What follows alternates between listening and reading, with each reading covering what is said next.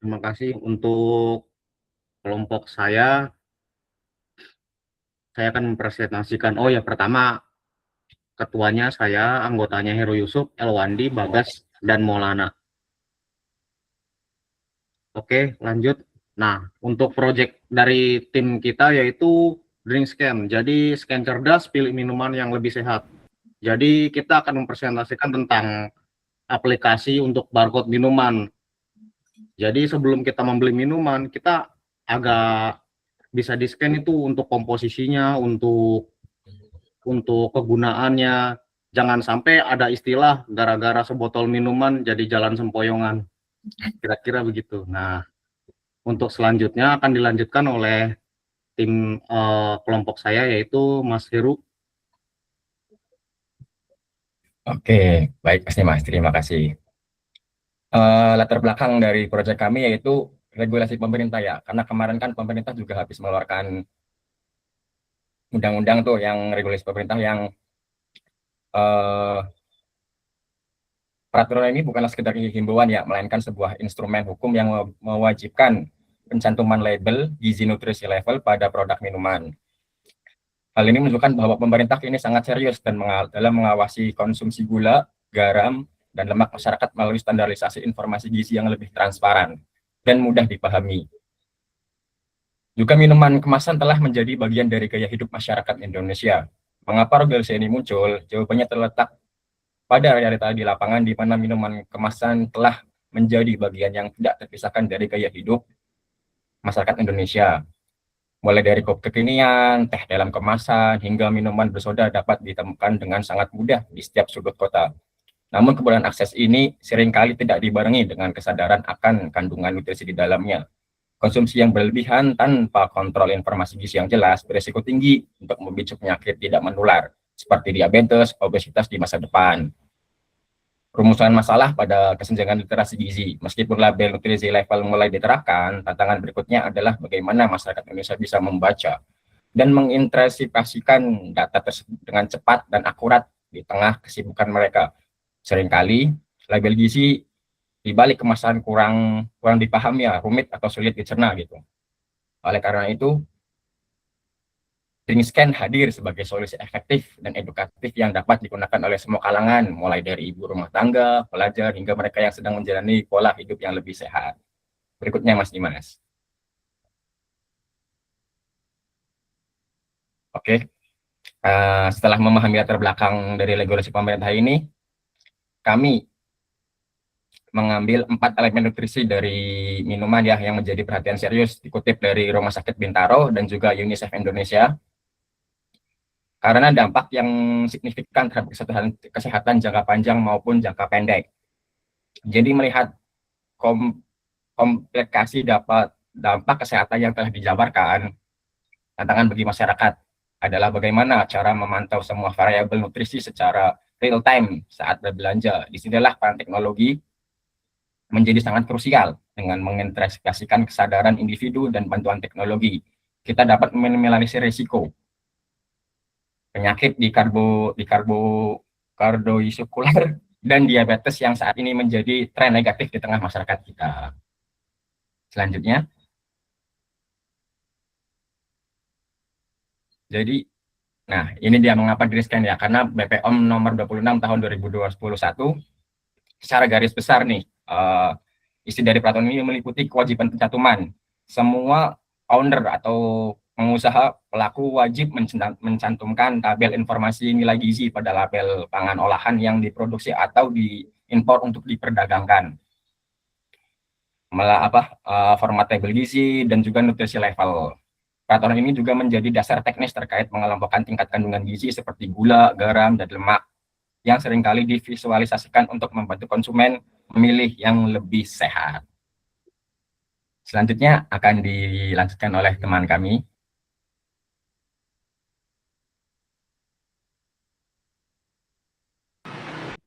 Oke, terima kasih. Lalu pada slide selanjutnya, mengapa DreamScan ini, kita tuh membuat DreamScan karena masih ada banyak masyarakat yang kesulitan untuk memahami informasi pada label setiap kemasan gitu. seperti istilah-istilah kayak aspartam, natrium benzoat yang terdengar teknis sehingga sering diabaikan oleh konsumen. Selain itu juga ada kandungan gula dan minuman pada kemasan yang sering melebihi batas harian tanpa disadari. Nah, masalah lainnya juga ada minimnya alat bantu yang cepat dan praktis untuk membantu masyarakat mengecek kesehatan produk serta secara mandiri. Oleh karena itu, DrinkScan di sini hadir sebagai solusi yang dapat membantu pengguna memahami kandungan minuman dengan lebih mudah melalui fitur scan barcode dan analisa kesehatan otomatis. Oke, boleh slide selanjutnya. Lalu di sini ada fitur scan barcode-nya yang merupakan fitur umum dari DrinkScan ini. Jadi fitur barcode ini tuh untuk membantu pengguna mengetahui kandungan minuman secara kemasan secara cepat dan praktis. Penggunaannya pun juga hanya membuka aplikasi, lalu menekan tombol scan, lalu mengarahkan kamera ke barcode produk. Setelah barcode-nya terbaca, sistem langsung menampilkan informasi detail, menampilkan informasi detail produk secara otomatis. Lalu hasil yang ditampilkan ini akan meliputi skor kesehatan dari A sampai E. Dan lalu ada komposisi bahan, informasi nutrisi, serta peringatan jika terdapat kandungan gula yang berlebihan, natrium tinggi, atau bahan aditif tertentu. Fitur ini juga menggunakan sistem rule-based berdasarkan standar BPOM, sehingga pengguna tidak perlu membaca dan menghitung label gizi secara manual. Oke, boleh slide selanjutnya. Lalu di sini untuk sumber data produk, kita menggunakan Open Food Facts, yaitu database makanan dan minuman open source terbesar di dunia. Kami memilih Open Food Facts karena datanya lengkap dan terstruktur, mulai dari barcode, nama produk, komposisi, hingga informasi gizi yang dapat diakses melalui API. Selain itu, database ini juga terus diperbarui oleh komunitas global dan dapat digunakan secara gratis untuk pengembangan aplikasi kita.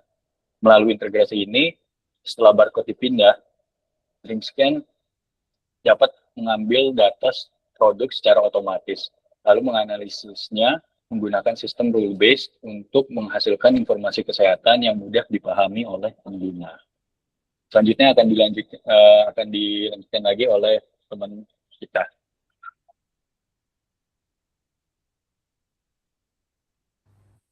Oke, terima kasih Mas Maulana. Selanjutnya saya akan menjelaskan untuk fitur scan label. Seperti yang sudah disebutkan tadi, jadinya ada dua fitur ya untuk fitur utamanya yaitu untuk scan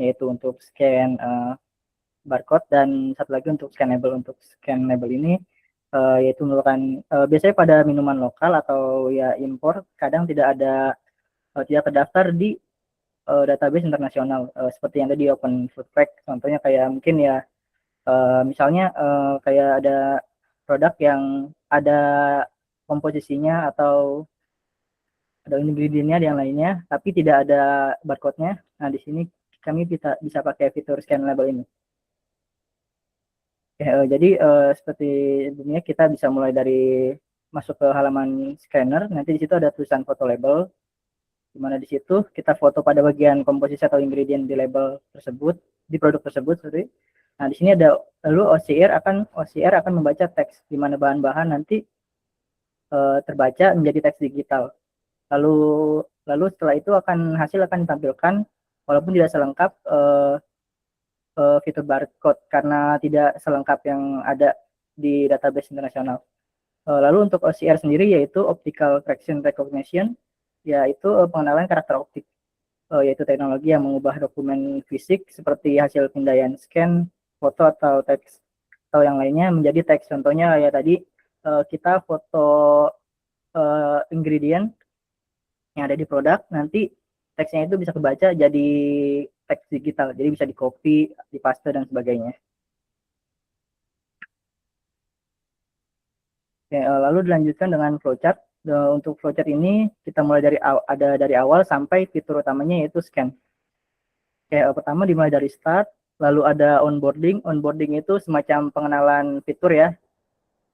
Pengenalan fitur, lalu masuk ke halaman login. Kalau di login sini ada jika punya akun bisa langsung ke home, jika tidak bisa register lalu ke home. Lalu setelah itu bisa pilih metode scanner. Di sini ada scan barcode, cari nama produk dan foto komposisi. dimulai dari scan barcode, yaitu kita cari dulu di database by barcode atau nama, mungkin sesuai sama cari sesuai barcode atau dari nama. Lalu di database dicek apakah ada di database. Jika tidak ada, kita cari barcode-nya, hasil barcode-nya ke API Open Food Fact seperti itu. Jika ada, kita ambil aja yang ada di database-nya. Lalu kita hitung health score-nya yang ada dari API itu, lalu kita cek kesehatan user. Jadi seperti yang tadi, jadi harus jadi cek kesehatan user ini. Kita bisa memilih misalnya usernya itu bukan kena apa, ada diabetes atau gimana, jadi dia bisa menyesuaikan, bisa membaca jika user ini sedang ada diabetes, jadi ada peringatan atau sebagainya. Nah, di sini dicek apakah kesehatan user ini ada produk yang di-scan ini ada hubungan dengan kesehatan user, apakah ada bahan berbahayanya. Jika ada, maka tampilkan warning di detail scan nanti. Jika tidak, kita tampilkan aja hasil scan, lalu tambah ke history. Harus ke history, harusnya ke produk ya. Lalu kita lanjut ke yang scan by komposisi atau OCR tadi. Jadi kita ini pakai fitur ML Kit OCR atau Machine Learning Kit ya. Ini tuh untuk untuk HP ya, untuk Android seperti itu. Untuk fitur mobile tadi ya, ML Kit. Jadi ML Kit ini dia punya banyak fitur machine learning yang bisa dipakai. Contohnya kayak scan muka, deteksi muka, QR code dan sebagainya. Lalu kita kirim hasil OCR ini yang sudah jadi teks digital, kita kirim ke prompt ke Google API. Gemini sini kita pakai Gemini. Lalu setelah dapat hasil dari Gemini, sesuai dengan kita kirim promptnya itu kayak kita cek kesehatan user. Jadi si user ini ada diabetes, kita masukkan ke promptnya. Lalu juga dengan ingredientnya yang sudah dibaca. Setelah analisis, lalu dimasuk ke pengecekan apakah ada bahan berbahayanya. Jika ada, ya tampilkan warning. Jika tidak, seperti sebelumnya.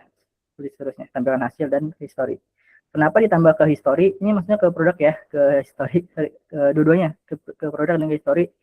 Jadi karena Open Food Pack ini API, kita pakai yang API gratis, setiap hit API itu kena ada limitnya ya. Jadi misalnya kita produk botol, produk minuman, itu sudah terpakai. Nah, supaya nggak pakai limit, jadi kita masukkan ke database. Jadi kita bisa cari by barcode-nya aja, gitu, yang sudah ada di database, bukan yang di Open Food Pack.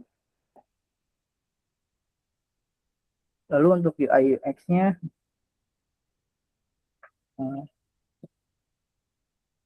ini untuk UI UX-nya yang sudah kami buat. Di sini bisa dicek ada splash screen.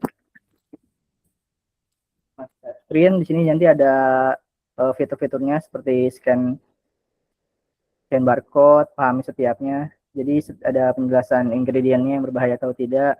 Lalu juga nanti bisa memilih usernya sedang ada salah apa. Lalu ini ada halaman login atau register. Lalu ini home-nya. Jadi sini ada bisa cari produk minuman. Jadi kita cari yang ada di database tadi yang sudah dimasukkan, atau bisa scan. Ini ada foto barcode dan foto label. Lalu ini adalah hasil scan ya. Jadi misalnya minuman lemon ice green tea ini kesehatannya B, ada halal dan non vegan, ada nutrition fact-nya juga, kayak energi, gula total, proteinnya. Itu ada juga komposisi bahannya. Sini baca juga bisa ada detailnya untuk yang terutama yang berbahaya ya. Benzoat misalnya seperti itu. Ada penjelasannya. Lalu di sini ada halaman riwayat scan. Jadi produk yang udah ada hasil di scan ada masuk ke sini. Ada juga produk pembandingnya. Jadi misalnya kayak mungkin kayak kopi A sama kopi B, nanti dibandingin mana yang mungkin lebih baik, walaupun ya gulanya pasti banyak gitu, seperti itu. Lalu ini halaman hasil compare-nya. Seperti itu, misalnya seperti ini. Nah, terakhir ini halaman profile. Jadi di sini ada kondisi kesehatan usernya, dia bisa milih diabetes atau hypertension dan lain-lain. Seperti itu. Oke, lalu terakhir ke kesimpulannya. Untuk kesimpulannya di sini DrinkScan hadir untuk menjawab satu masalah, yaitu mayoritas konsumen di Indonesia ini tidak memahami kandungan produk minuman yang mereka konsumsi setiap hari. Jadi dengan ada DrinkScan ini kita bisa scan barcode atau baca komposisinya untuk dan juga ada peringatan personalnya. Jadi DrinkScan ini mengubah label yang membingungkan menjadi informasi kesehatan yang mudah dipahami siapa saja. Saya berikan lanjut ke Dimas. Baik Pak, untuk presentasi dari kelompok kami seperti itu Pak tentang aplikasi DrinkScan. Jadi jangan sampai ada lagi gara-gara sebotol minuman dia jalan sempoyongan. Kira-kira seperti itu Pak. Terima kasih banyak Pak. Oke, terima kasih. Tes. Nah ini udah di-unmute kan di sini. Terima kasih untuk presentasinya. Nah, biasanya kan kemarin-kemarin langsung saya ngasih feedback nih. Kedengaran suaranya? Halo. Terdengar Pak. Nah, ini kita mau role play model baru nih. Di sini kan tidak hanya kelompok ini saja yang hadir ya. Ada kelompok lain juga. Nah, saya ingin perwakilan dari kelompok 2, kelompok 3 gitu, kelompok 5 dan kelompok 6, termasuk kelompok 7, kelompok 8. Nah, mau tanya komentarnya terhadap presentasi dari teman-teman di sini. Oke, jadi harapannya biar saling memperbaiki satu sama lain. Dari kelompok Anggi Pratama Pradika hadir hari ini, ada perwakilan? Yudi, Pani, Agung, Asrofil, ada?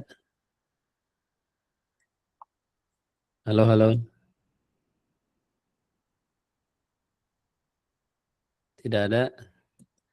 Dari kelompok Muhammad Adam, Cahya, Haikal, Dimas, ada yang hadir hari ini? Dari kelompok Akbar Firmansyah, ada yang hadir? Gak ada juga.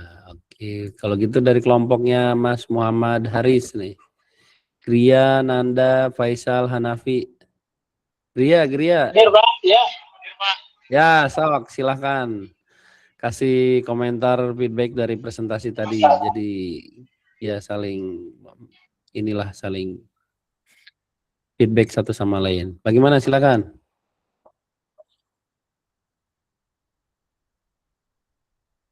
Halo.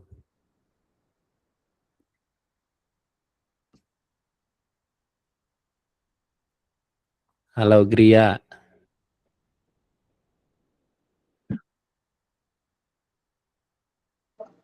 Ya Pak. Ya silakan, ayo komentarnya ditunggu. Mungkin kalau saya simak tadi sedikit, ini hanya botol minuman saja ya Pak? Atau Mas apa tadi ya? Iya gimana? Mas. Ya Mas, saya mau nanya, ini yang scan hanya botol minuman saja atau bisa di-scan kayak semisal harga barang Indomaret nih. Ada scan barang A, B, C, D. Ini apa hanya botol minuman saja? Kalau untuk minuman saja sih enggak, sebenarnya bisa banyak.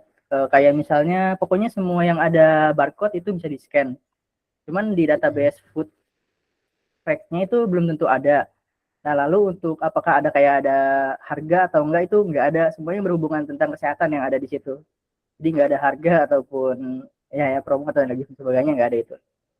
Pokoknya berhubungan tentang kesehatan, kayak tadi gula atau apakah dia itu ranknya A sampai E, dan itu juga nggak komplit ya, terutama untuk yang di Indonesia. Biasanya yang produk global gitu, yang lokal, yang internasional yang ada yang lebih lengkap. Itu sih Mas Haris. Oke, dari Mas Haris. Oke, baik, terima kasih Mas. Selanjutnya ada lagi Mas Surya, cukup pertanyaannya? Selanjutnya ke timnya Muhammad Fauzan, Afif, Azril, Firly, Eni. Silahkan perwakilan. yang mau bertanya? Baik, Pak. Ya, Izin bertanya.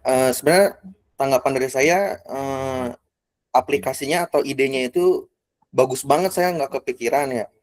Tapi misal nih, aplikasi dari mas-masnya ini terrealisasikan, lalu apakah problem-problem apa yang kira-kira bakal muncul nanti di lapangan? Terima kasih. silakan dijawab.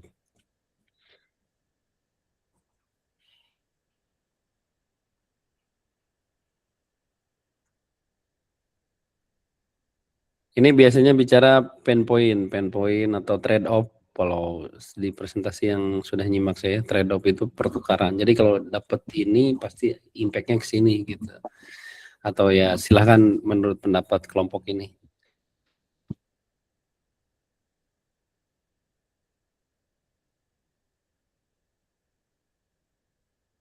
Izin Mas untuk menjawab.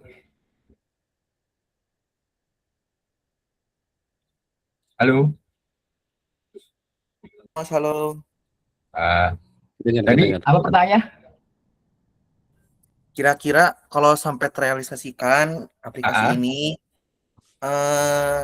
problem-problem apa yang kira-kira akan yang dihadapi oleh mas-masnya di lapangan gitu? Oh, sebenarnya kalau kategoris ya, kalau risiko ya kayak teknis UCR lah, kayak kesalahan membaca teks pada label kemasan yang melengkung atau yang buram, itu dampaknya height ya lumayan tinggi lah. Jadi mengintegrasikan fitur crop dan autofocus pada kamera serta memberikan instruksi visual pada pengguna saat memotret ya. Terus yang kedua itu data rule base. Produk minuman yang baru tidak terdaftar atau memiliki format label yang berbeda dari standar. Itu medium, itu agak rendah ya risikonya.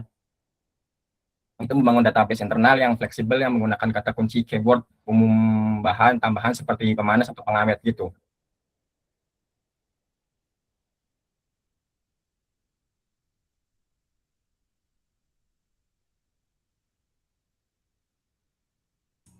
Halo.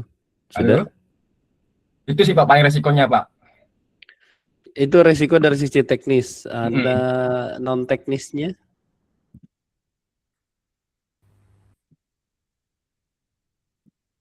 Mungkin dari segi market aja kali Pak ya, karena kan mungkin kan karena walaupun ini sehat, mungkin ini itu ada extra step gitu sih Pak, mungkin saja sih untuk yang terutama yang mungkin belum kena gitu, jadi ya pasti kan nggak ada belum waspada atau sebagainya sih, seperti itu sih Pak.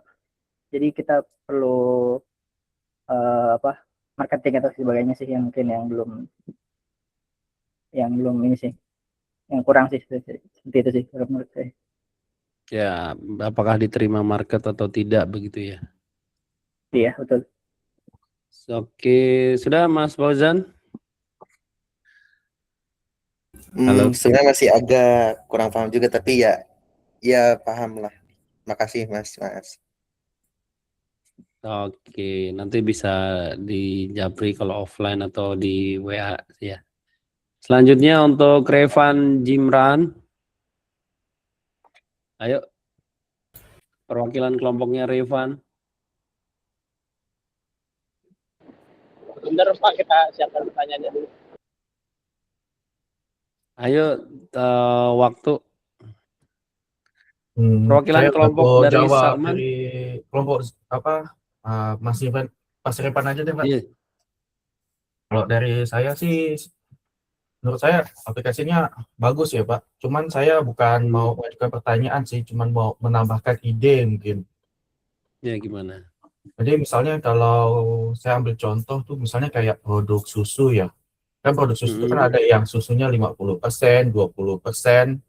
Mungkin kalau misalnya database-nya udah banyak diperbandingin, terus misalnya pas dibandingin itu nilainya sama-sama 2F, mungkin dari aplikasi itu bisa memberikan rekomendasi, ini loh ada produk yang lebih bagus dengan manfaat yang lebih gitu. Misalnya dari susu Fresh and Flake, misalnya susunya 50%, terus Big Life 20%.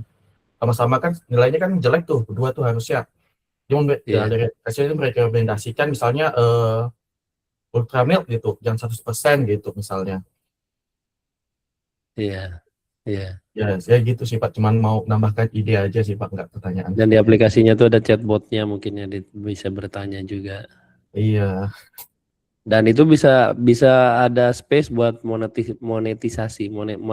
Monetize itu berarti kalau ada orang yang mau naruh produknya di aplikasi teman-teman kan, iklan atau dan sebagainya, itu bisa di charging gitu di aplikasi itu, terus menggunakan geotagging di mana dia lagi ada lokasi di mana, misalnya di katakanlah di saya di Hypermart di Tangerang gitu.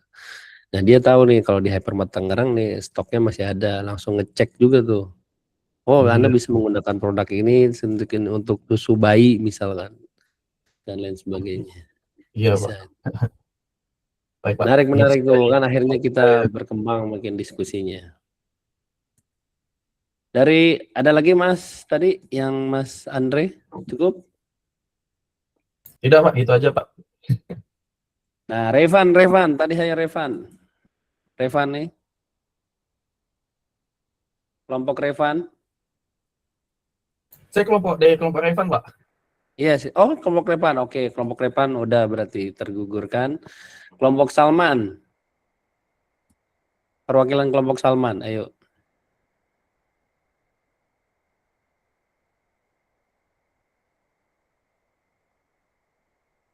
Ada perwakilan kelompok Salman?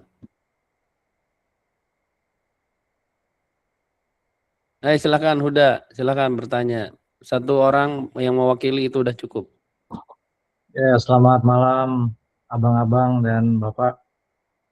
Untuk On cam dong. palingan bentuknya harus on cam, Pak. Iya, Pak. Ya boleh, kalau nggak juga nggak apa-apa. Silakan. Bentuknya mungkin lebih ke saran sih ya, kayak Mas Andre tadi. Mungkin bisa ada nanti sebagai bentuk personalisasi ya. Kalau nggak salah tadi ada kayak semacam usernya juga kan. Jadi kayak kita bisa catat rekam medisnya, jadi kayak lebih terpersonalisasi. Minuman ini seberapa boleh sih kita minum gitu, gitu ya. Itu udah ada belum tadi ya? Saya agak skip sih tadi Pak. Kalau untuk sesuai dengan kondisi kesehatan itu belum ada sih sebenarnya, cuman contohnya seperti ini ya. Mungkin seperti ini atau bukan? Atau kami ada baru ini sih. Lebih ke ini sih Mas, palingan bentuknya kayak misal tadi kan kita udah ada tuh rekaman medisnya, kita punya riwayat diabetes kah, apakah kolesterol gitu-gitu kan. Nah ketika dia nge-scan kayak di samping itu keluar grade-nya seberapa sehat gitu kan. Nah itu kayak secara personalisasi keluar tuh, karena kita ada diabetes tuh lebih dijaga lagi tuh kandungan gulanya gitu. Oh, oke. Kalau sekarang tuh hanya ada grade secara global sih, mengikuti ketentuan itu. Itu sih. Belum ada yang untuk personal itu. Siap. Mungkin bisa. Gitu aja sih Pak. Ya. Ininya. Ya.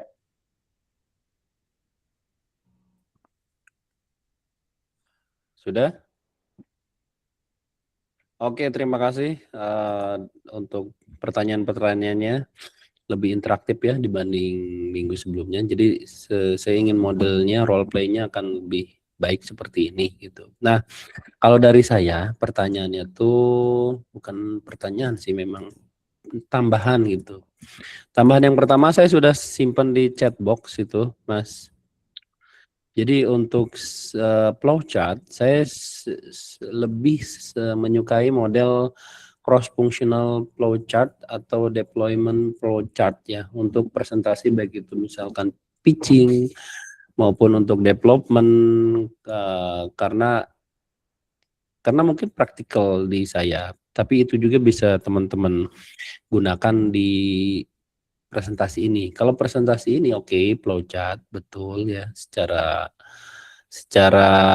flowchart sudah memenuhi, cuman belum kristal clear-nya tuh berdasarkan persona atau berdasarkan user yang berhubungan transaksionalnya atau user yang bertransaksional di sini.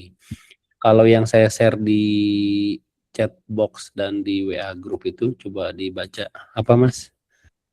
Namanya tuh cross functional atau deployment flowchart metodologi Ramal Branch gitu ya.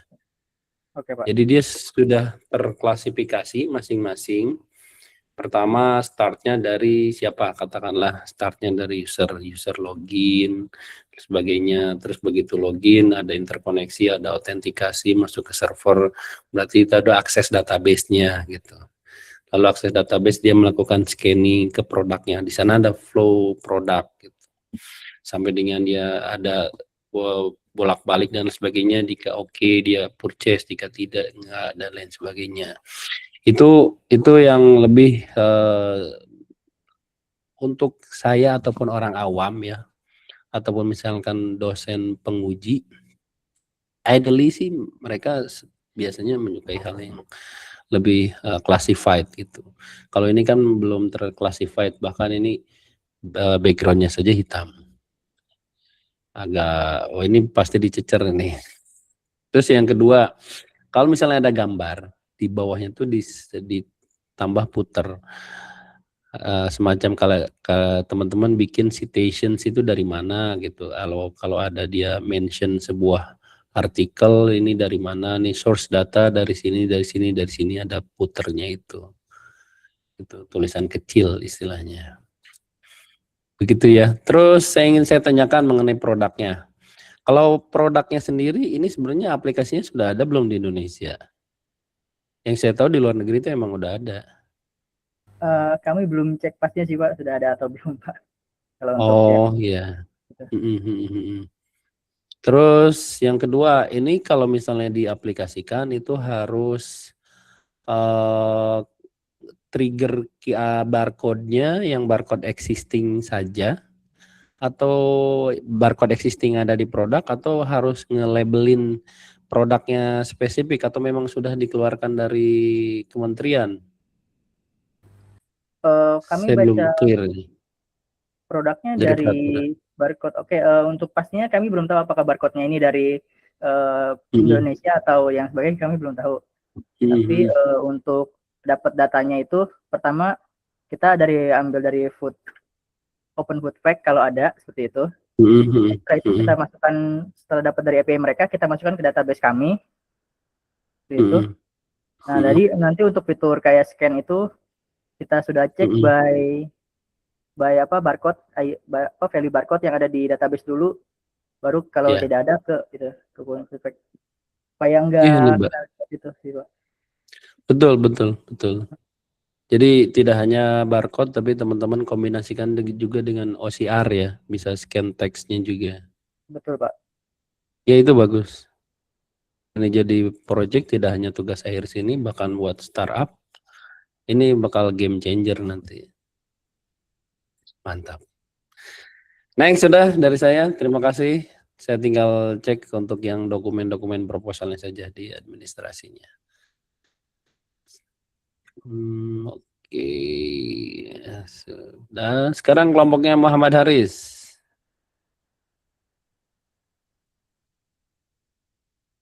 Halo.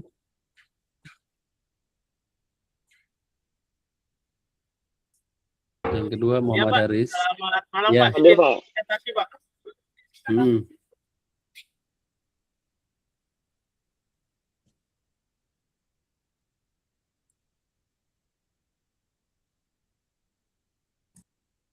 Ayo udah siap, mana share screen-nya?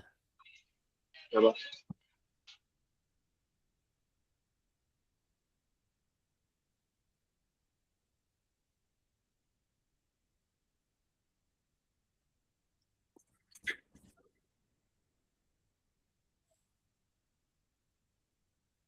Silakan dimulai.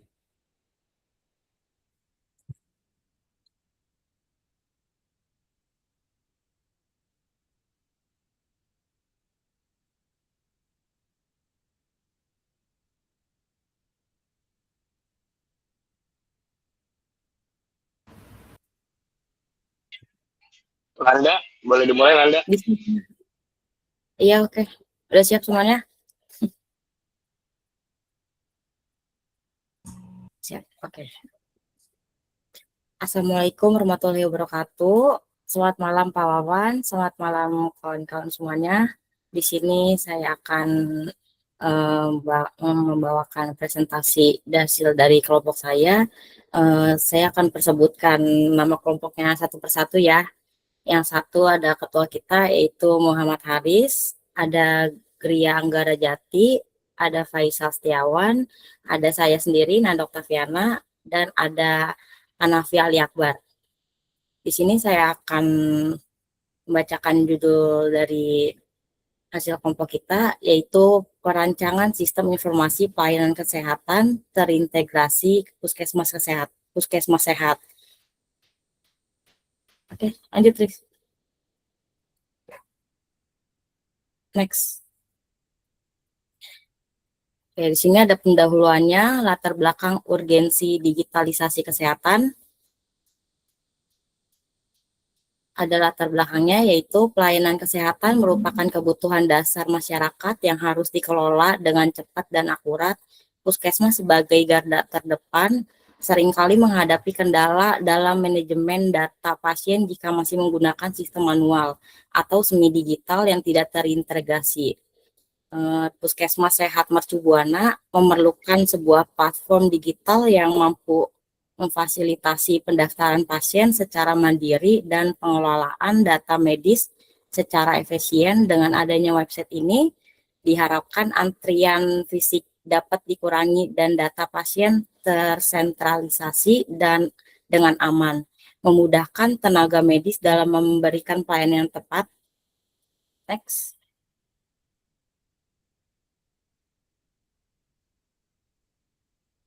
Sebelumnya, Riz, kelebihan itu. Nah, untuk analisis masalah dan kebutuhannya, tantangan operasional pelayanan kesehatan primer saat ini masih menghadapi kendala antrean fisik yang panjang dan pengelolaan data manual yang tidak efisien, yaitu ada resiko kehilangan data rekam medis fisik, waktu tunggu pasien yang tidak terukur, kurangnya transparansi jadwal pelayanan. Untuk di sini solusinya adalah solusi strategisnya pengembangan platform Puskesmas Sehat ini sebagai solusi digital untuk memfasilitasi pendaftaran mandiri dan akses informasi pelayanan secara real time. Next. Untuk metodologi pengembangannya ada waterfall, yaitu nomor 1 ada analisis, studi literatur observasi sistem manual, dan selanjutnya ada desain perancangan, UI UX, arsitektur database, ada implementasi coding sistem PHP Tailwind, MySQL. Untuk pengujinya, validasi fungsional black box testing. Next. Baik, selanjutnya akan saya presentasi slide 6.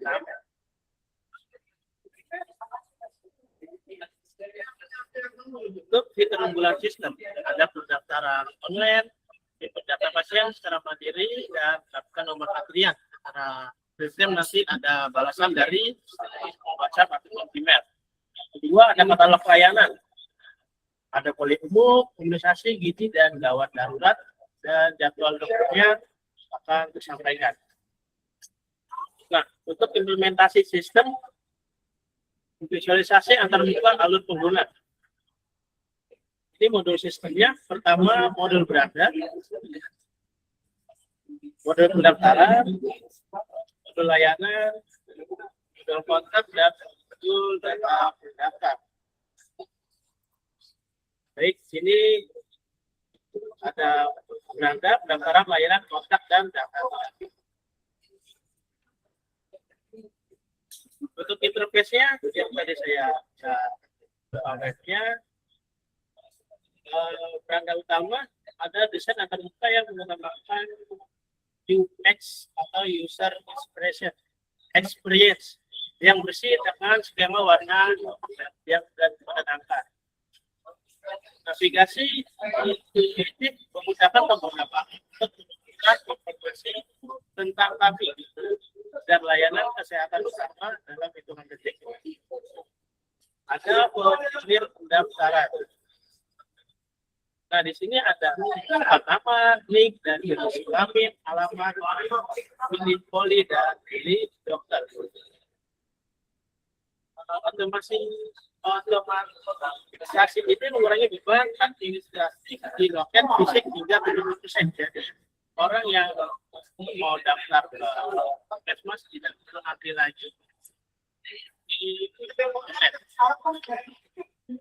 Kategori layanan kesehatan, aplikasi misi layanan, sistem mencakup 4 pilar layanan utama. Pertama, pemeriksaan umum, kedua, imunisasi, tiga, gizi dan ibu, bantuan kesehatan keluarga, dan gawat darurat. Nah, untuk slide selanjutnya akan dibacakan oleh Gria. Oleh saya sendiri, Anafil Mas Aris. Di sini ada uji coba sistemnya, ada beberapa fitur, skenario uji dan hasil harapan dan status dari hasil pengujiannya, Pak. Yang pertama, fitur navigasi, menggunakan skenario kita klik link menu di header, lalu hasil yang diarahkan adalah pindah ke section atau halaman tujuan. Statusnya pas atau berhasil. Lalu fitur yang kedua yaitu input form. Tadi kita update data pendaftaran pasien, hasil yang diharapkan maka datanya tersimpan di database MyL. Lalu statusnya berhasil. Dan yang ketiga fitur responsivitas. Skenario-nya menggunakan buka pada layar mobile atau tablet. Lalu hasil yang diharapkan layoutnya sesuai dengan ukuran layar dan statusnya berhasil. Next, Mas Haris.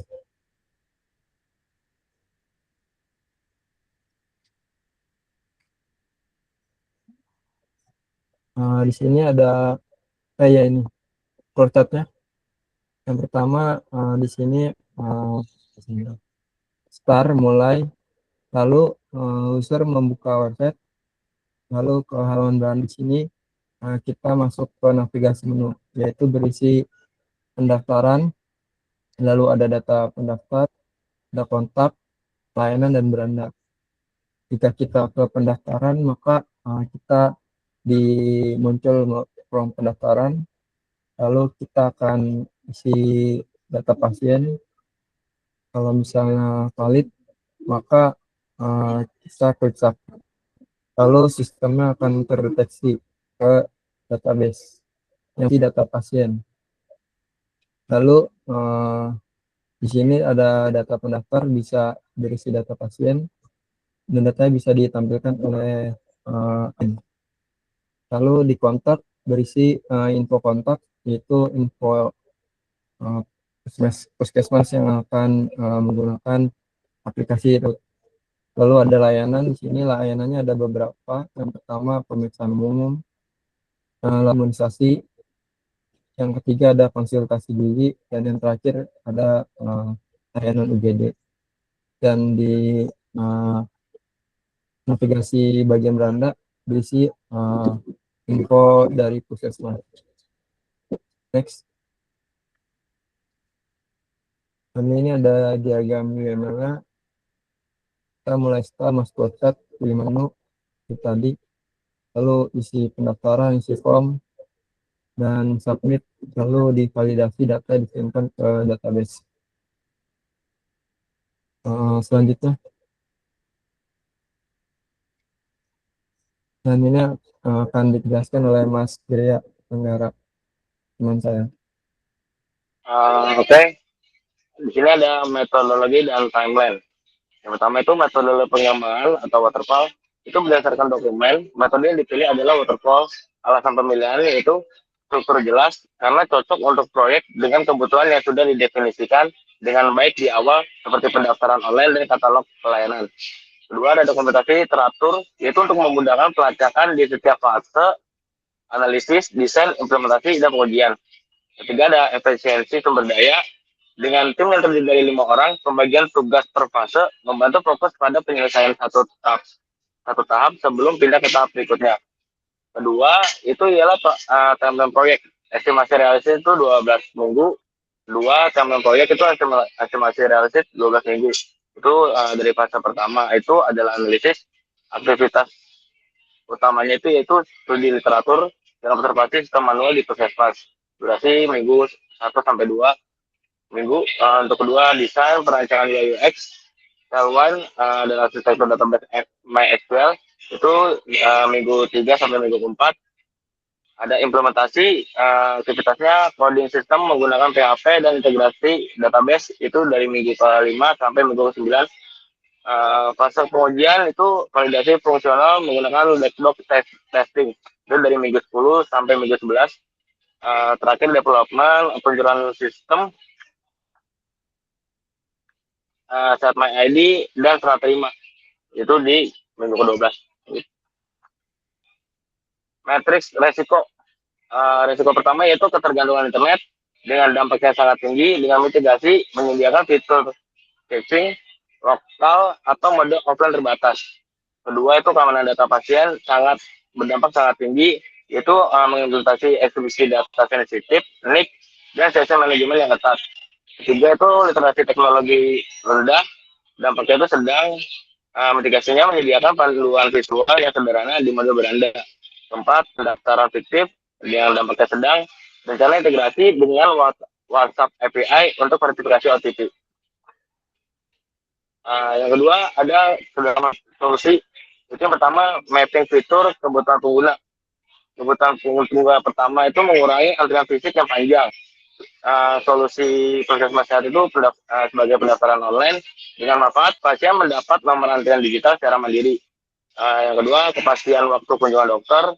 Solusi dari Puskesmas Sehat itu jadwal dokter terintegrasi. Manfaatnya ialah pasien bisa melihat jadwal praktik secara real time. Yang ketiga informasi layanan tidak transparan. Solusi dari Puskesmas Sehat itu adalah katalog layanan dengan manfaat informasi lengkap poli umum, imunisasi, gizi, dan UGD. Yang keempat, kemudahan akses melalui perangkat apapun. Solusi dari Puskesmas Sehat ialah desain responsif dengan manfaat optimal dibuka di smartphone maupun komputer. Kita lanjut, Mas Aris.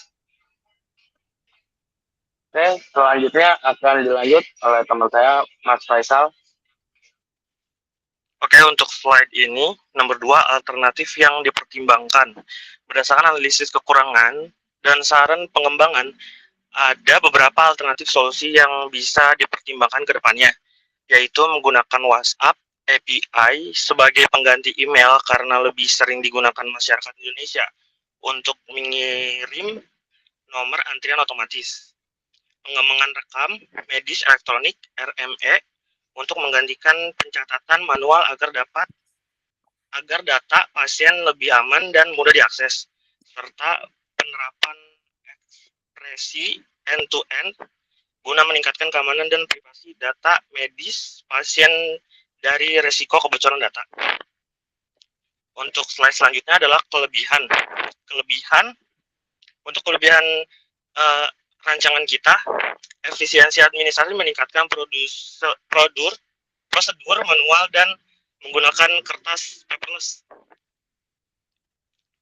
sehingga mempercepat proses pendaftaran hingga 80%.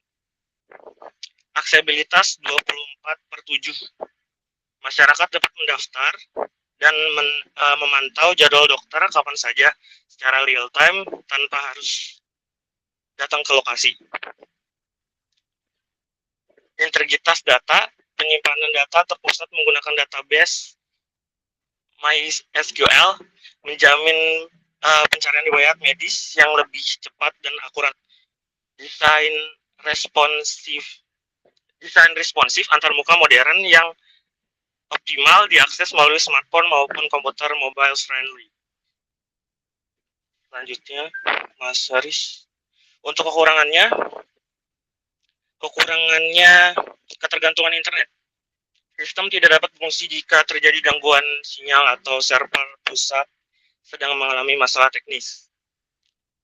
Keamanan data, risiko cyber terhadap data sensitif pasien dan keluhan jika sistem tidak diperkuat dengan enkripsi tingkat tinggi. hambatan literasi, masyarakat lanjut usia atau warga yang gagap teknologi mungkin masih membutuhkan bantuan fisik untuk mendaftar. Untuk verifikasi terbatas, masih terdapat celah untuk mendaftar fiktif karena belum terintegrasi dengan data kependudukan Dukcapil secara resmi. Slide selanjutnya, Mas Aris. Saran dan pengembangan integrasi WhatsApp API untuk mengirim nomor antrian dan mengingat jadwal secara otomatis ke Telat. Untuk integrasi WhatsApp IP sudah menggunakan ya. Oh iya, sudah kita pakai untuk integrasi WhatsApp API. Rekam medis elektronik RME mengembangkan modal khusus untuk dokter agar bisa menginput hasil diagnosa langsung ke profil digital pasien. Untuk keamanan cyber, meningkatkan proteksi data dan enkripsi end-to-end guna melindungi privasi data medis pasien. Slide selanjutnya.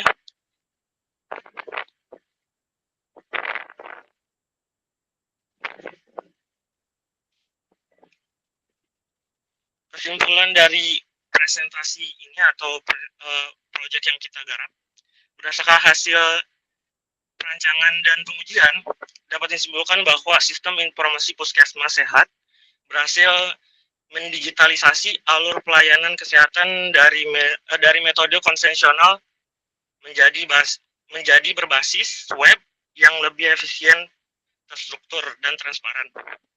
Implementasi sistem ini terbukti mampu memangkas waktu tunggu pendaftaran secara signifikan, meningkatkan aksesibilitas informasi jadwal dokter bagi masyarakat secara real time, serta menjamin integrasi data pasien melalui penyimpanan database MySQL yang aman. Hasil pengujian black box menunjukkan bahwa seluruh fungsi sistem berjalan dengan baik dan layak digunakan. Namun pengembangan lebih lanjut seperti integrasi, Mas Aris ketutupan.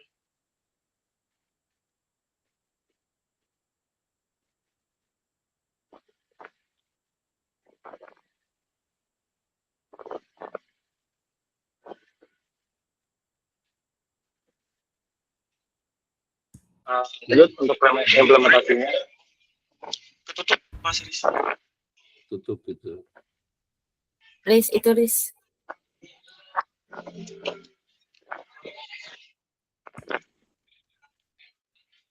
Oke, dilanjutkan oleh Mas Aris untuk web yang sudah dibuat. Baik, tadi laporan dari PPT kami dan saya akan presentasi yang sudah saya buat di Was Sehat website.it. Di sini ada domain, di sintak codingannya, dan ini webnya. Lalu untuk user interface, awal-awal si user mungkin dilihat-lihat dulu, ada beranda, pendaftaran, layanan, dan kontak. Misal si user pendaftar atau melakukan pendaftaran, di sini semisal saya pakai namanya Tria.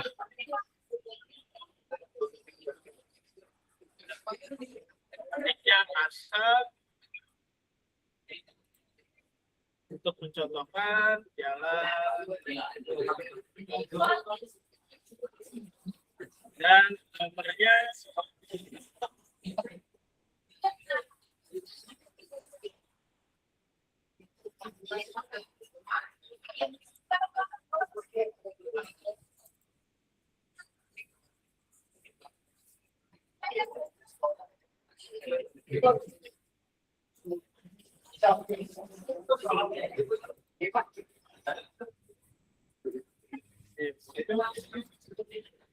Halo. Bagaimana? Ini saya mencontohkan untuk pendaftaran, Pak.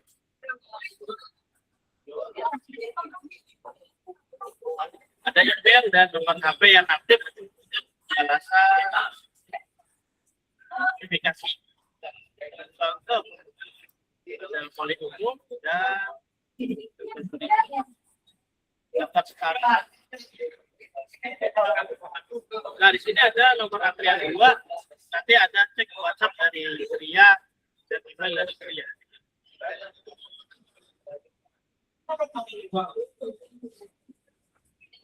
Itu semua. Nah, harusnya dari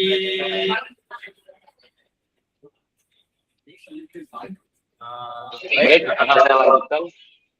Untuk kita berbasis sistem API, jadi setelah kita mendaftar itu, kita akan otomatis mendapat notif dari sisi puskesmas ini. Contoh untuk WhatsApp dan email yang dicantumkan dalam puskesmas ini ialah nomor Haris dan email Haris. Dia akan muncul seperti ini. Hasilnya gue kirim ke lu. Oh iya. Berbasis API seperti itu. Untuk data pendaftar itu tadi akan masuk ke dalam database itu dan akan diolah dan akan langsung diproses langsung via WhatsApp dan via email.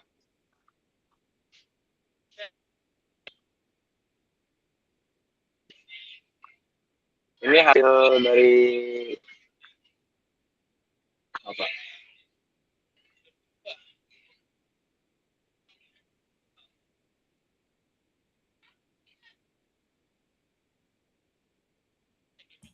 Halo. Maaf dulu ya.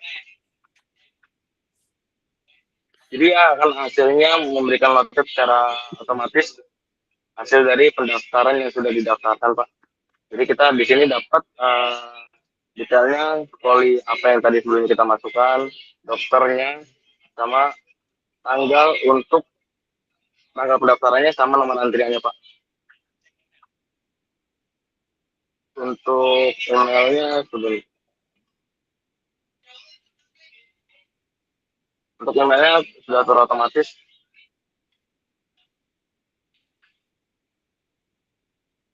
Dengan konfirmasi pendaftaran nomor antrian 1.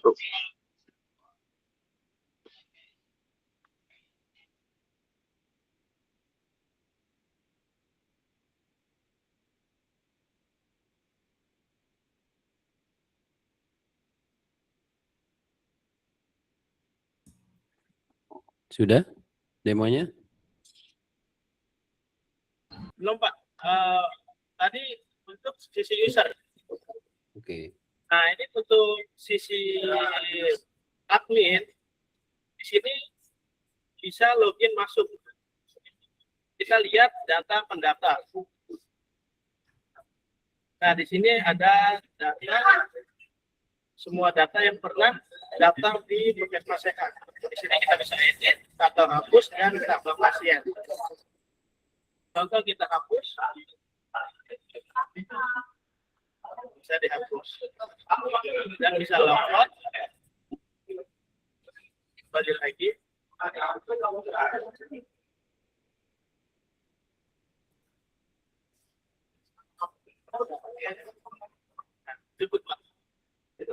Ini juga bisa di Android.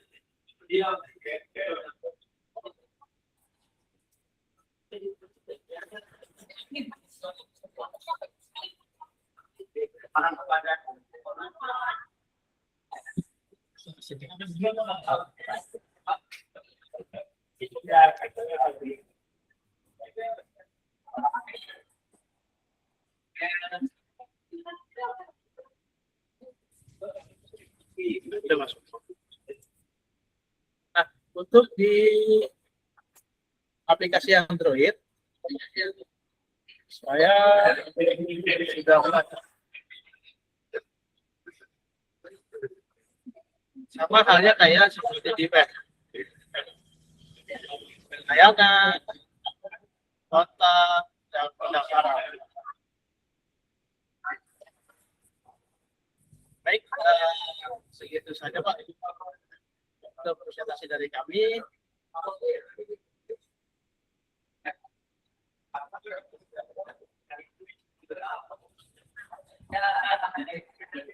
Halo. Ya, sudah? Sekian dari kelompok kita, sudah Pak. Ya, terima kasih. Seperti biasa, saya akan table topik ke kelompoknya Anggi Pratama Pradika.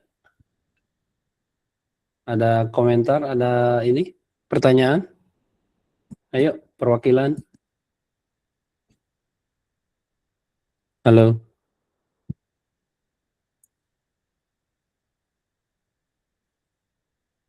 Kelompoknya Muhammad Adam.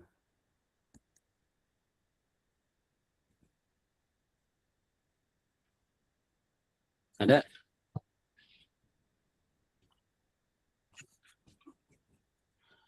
Kelompoknya Dimas.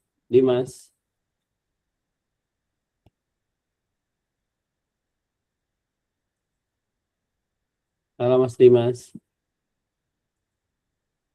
Halo Dimas. Iya Pak. Ya, silakan pertanyaannya. Ntar Pak, lagi saya diskusikan dulu bentar Pak. Kelompok Muhammad Fauzan. Hadir Pak. Ya, silakan. Sedikit tanggapan aja dari saya. Menurut saya proyeknya dari kelompok Mas Aris dan kawan-kawan ini sangat bagus ya, terutama karena mengangkat topik yang juga relate sama kondisi di masyarakat gitu kan.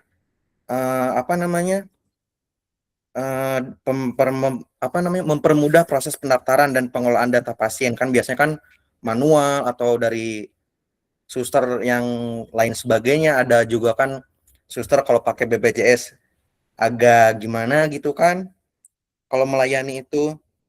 Terus dari tampilannya juga aplikasinya menarik dan simple juga, enak dilihat juga. Saya izin bertanya untuk kelompok Mas dan kawan-kawan, dalam pembuatan aplikasi ini berapa bulan ya, atau misalkan berapa minggu pengerjaannya itu?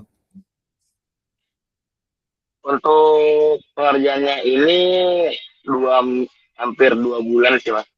2 minggu 2 bulan. Nyambung nih pertanyaannya. Saya mau tanya juga, menurut kalian nih, kalian kan deploy aplikasi yang menurut saya bagus banget dan juga komplit lah kalau menurut saya. Menurut kalian nih, fitur yang paling penting atau paling berpengaruh dalam sistem ini yang kira-kira benar-benar bisa membantu pelayanan puskesmas atau kesehatan gitu, di bagian mana? Dan alasannya kenapa gitu? Terima kasih. Untuk keunggulan kita yang untuk sangat membantu itu dia dari sistem API Mas. Jadi dengan berbasis web aplikasi beserta kita kaitkan dengan mobile-nya juga, itu untuk mempermudah pasien tanpa harus datang ke rumah sakit untuk mendaftar diri untuk masuk antrian gitu Mas. Jadi dia mempermudah tanpa harus berdesakan di rumah sakit, di puskesmas itu dia bisa dari rumah sebelum jamnya operasional dia bisa mendaftar gitu Mas.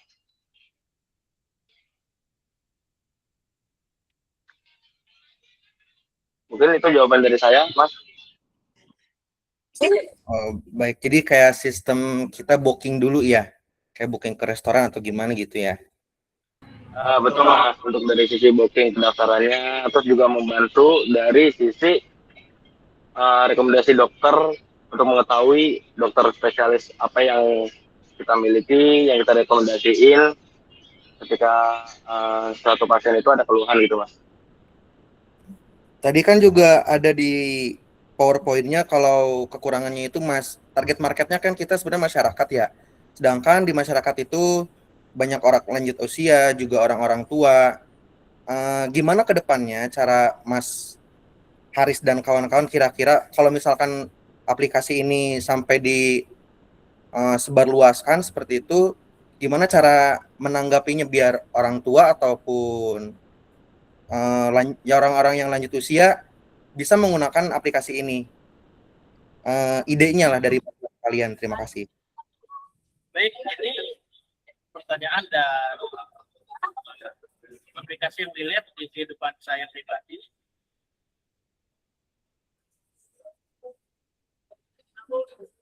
Ini yang dilihat kehidupan saya pribadi. Sewaktu itu saya sakit dan ingin ke rumah sakit Siloam. Nah, kita daftar online, ada verifikasi WhatsApp-nya dan email-nya. Kalau saya pribadi saya bisa untuk mendaftarkan. Tapi kalau orang tua saya itu gaptek. Di situ ada nomor telepon kayak rumah sakit atau puskesmas, bisa telepon dan booking. Ya, mungkin dari orang tua atau lansia, kita tolong ke saudara atau anaknya yang mendaftarkan online. Jawaban dari saya pribadi.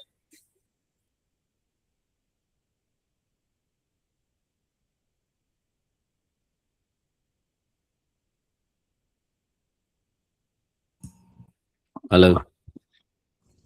Sudah.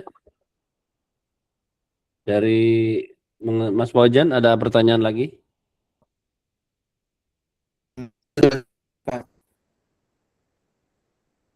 Ini koneksi di saya juga problem ini. Next ke kelompoknya Revan Jimran.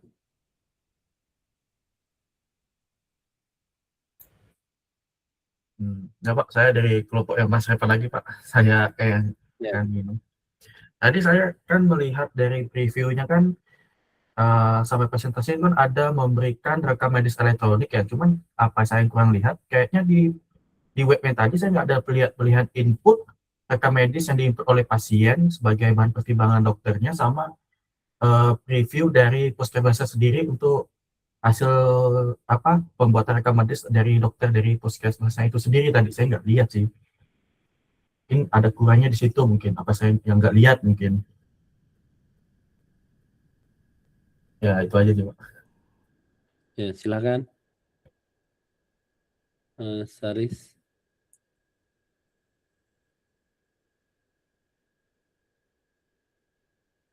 Halo, ayo Mas Saris. Ini Pak, untuk tadi apa namanya? Daftar keluhan apa gimana ya Mas? Iya. Rekam medis Mas, rekam medis kan ada rekam medis elektronik tadi ya, iya. Tadi kan dibilang rekam medis elektronik di presentasinya. Cuma tadi saya nggak lihat di webnya itu ada preview buat input atau input untuk rekam medisnya gitu, yang diinput oleh pasien atau dari puskesmasnya itu sendiri gitu. Untuk rekam medisnya gini Mas. Jadi ini kita masih tahap dalam konsultasi ya Mas. Kita pengecekan untuk nanti rekam medisnya lebih lanjutnya hasilnya itu nanti kita akan melakukan pengembangan. Jadi kita bisa memberikan hasil itu secara bukti fisik sama nanti bukti hasil digitalnya nanti kita kirim Mas. Cuman ini masih tahap pengembangan sih Mas. Iya. Sementara ini website ini ngebantu untuk masyarakat itu untuk mendaftar sama untuk biar dia itu untuk mereka ini sih Mas jatuhnya nih web yang kita bikin itu baru sistem pendaftaran dan pengembangan lah Mas, pengembangan untuk dari sisi pendaftaran sama sisi konsultasi dokter Mas. Jadi kayak penjadwalan gitu Mas. Jadi untuk rekam medis segala macamnya itu masih kita kembangkan lagi sih Mas. Oh ya, itu aja sih Mas. Makasih Mas. Iya, sama-sama Mas Aldi.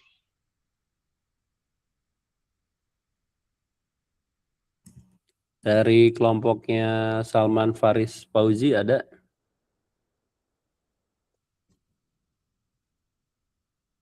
Halo.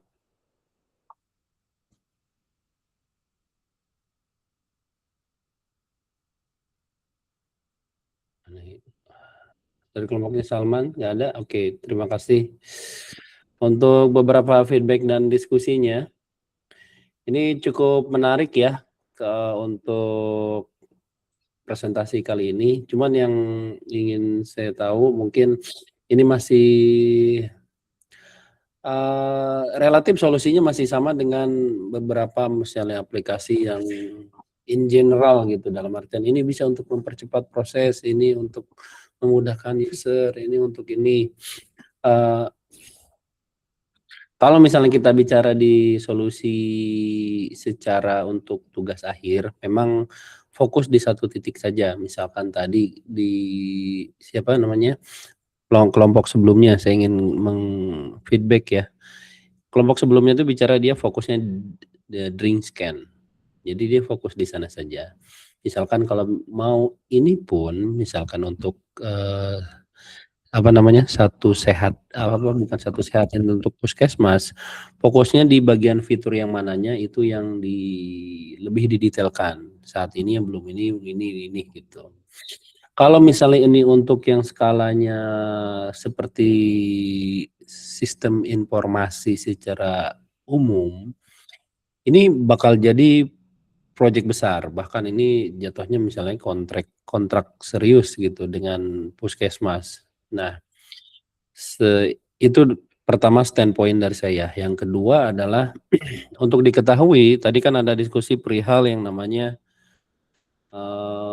rekam medis ya. Jadi kebetulan saya pun ada proyek mengenai ekosistem kesehatan ini di lingkungan korporasi gitu, grup korporasi bahkan. Jadi kita ada lebih dari 1-2 anak perusahaan, bahkan mungkin 10 dan lain sebagainya. Kita ngebentuk satu ekosistem kesehatan yang bisa dimonitor bersama. Katakanlah corporate sehat. Nah, gitu. Nah, pada saat kita akan mengakses itu, kita harus izin ke Kemenkes untuk rekaman disknya. Karena yang tidak semuanya kan tercapture dari data yang mereka sampaikan secara kuesioner ataupun yang dari insurance-nya secara medical. Nah, untuk yang data di luarnya itu kan di-capture-nya oleh Kemenkes. Sehingga kalau misalnya sistem ini pun jadi dibangun, back end untuk si sistem rekam medisnya itu dikelola satu pintu di yang saya share linknya itu, kalau di Indonesia namanya satusehat.kemkes.go.id. Jadi nanti ngakses ke sana, baik itu berupa sistem informasi web base maupun mau ditarik datanya dimasukin ke sini gitu melalui API itu possible. Tapi lagi-lagi kita ada lagi namanya untuk diketahui nih, barangkali nanti salah satu dari kita ada yang membangun startup untuk yang perihal kesehatan ini. Di kita juga ada namanya Undang-Undang PDP, Perlindungan Data Pribadi, ya, clear dari sana ya. Jadi Undang-Undang PDP itu mengatur di mana untuk mengakses rekam medis khususnya untuk kesehatan tidak semua orang berhak bisa mengakses. Gitu ya. Yang secara user pada saat production digunakan pun itu yang diperbolehkan hanya tim medisnya saja, dalam artian dokter, level dokter yang bisa punya aksesnya. Dibuka datanya dan itu pun interkoneksi menggunakan token. Nah, orang tuh kalau mau share nanti ke depannya, dia lagi dikembangin nih, kurang lebih lagi proses testing UAT, bahkan lagi sosialisasi saat ini. Jadi kalau misalnya tadi Mas Haris misalnya berobat ke klinik A terus dirujuk ke Siloam ya tadi, betul ya? Pada saat nanti dokter di Siloam tersebut ataupun di rumah sakit mana itu mau mengakses datanya itu, si dokternya, nomor KTP berapa, untuk dicek secara medical recordnya, dia perlu minta tokennya itu, token ataupun OTP dan lain sebagainya. Nah, Mas Haris kalau misalnya setuju, buka aksesnya Satu Sehat, itu nanti akan keluar ada yang mengakses datanya dan itu ngasihin approve atau tidaknya melalui aplikasinya itu. Lalu kalau oke, nanti diakses oleh dokter itu. Nah, itu salah satu, kurang lebih itu yang paling terakhir saya update dapatnya. Dan sampai saat ini memang akhirnya karena challenging-nya itu juga integrasi dengan sistem dan mereka pun sedang ada development internal, akhirnya singkat cerita kita development, saya di kantor ya, go with the flow, dalam artian kita running dengan data yang ada, yang kita ownership-nya kita, menggunakan data dari medical kita dan dari insurance, untuk meramu termasuk kita ada proses perekaman medis per 3 bulan. Ada namanya, ada produk untuk kayak misalnya untuk body fat assessment, BMI dan lain sebagainya, termasuk blood pressure juga itu kita per 3 bulan secara periodik di record, dan itu sebagai basis data yang secara periodik dimasukkan ke sistem itu untuk monitor. Selain daripada yang dari insurance. Nah, untuk yang dari Kemenkesnya challenging-nya memang saat ini mereka masih sibuk dengan development tersebut dan agak panjang sih prosesnya, approval-nya banyak juga. Tapi itu oleh tim development saya sih lagi di prosesnya. Jadi kita jalan dengan yang ada dulu, sambil dari mereka sudah API-nya sudah ready, kita tembak, kita akses, dan itu pun harus melalui yang itu, token dari integrasi Satu Sehat dengan kita juga. Tapi ini oke sih untuk secara ideas, ya cuman harus di purely pertajam lagi 1-2 titik mana yang kita fokusnya di sini gitu untuk yang tugas akhir. Karena kalau misalnya mau semuanya sebagai sistem informasi kesehatan yang holistik dan menyeluruh secara sempurna pasti panjang. Betul? Bisa jadi loh ke depannya nanti Kemenkes itu di-provide semua sama Satu Sehat bahkan. Mungkin Mas Haris bisa ngusulin nih, masukin nih, oh, sistem kita udah lengkap nih, bisa masukin tender ke sana. Oke. Ya, solusi-solusinya gitu. Itu dari saya, selebihnya tapi cukup menarik idenya. Terima kasih Mas Haris dan tim. Baik Pak, sama-sama Pak. Terima kasih Pak. Ya, tapi informasi yang tadi saya sampaikan ya, karena ini direkod juga masih standpoint sampai saat ini, bisa jadi nanti ke depannya berubah dan lain sebagainya. Next, kelompok terakhir yaitu kelompoknya Muhammad Fauzan, silahkan. Siapa?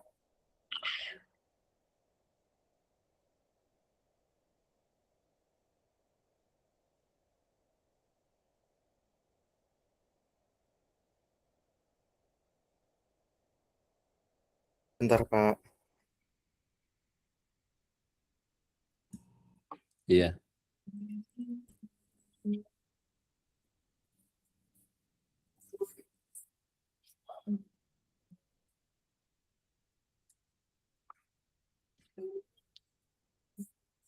Slowing down nih kalau. Oke, next.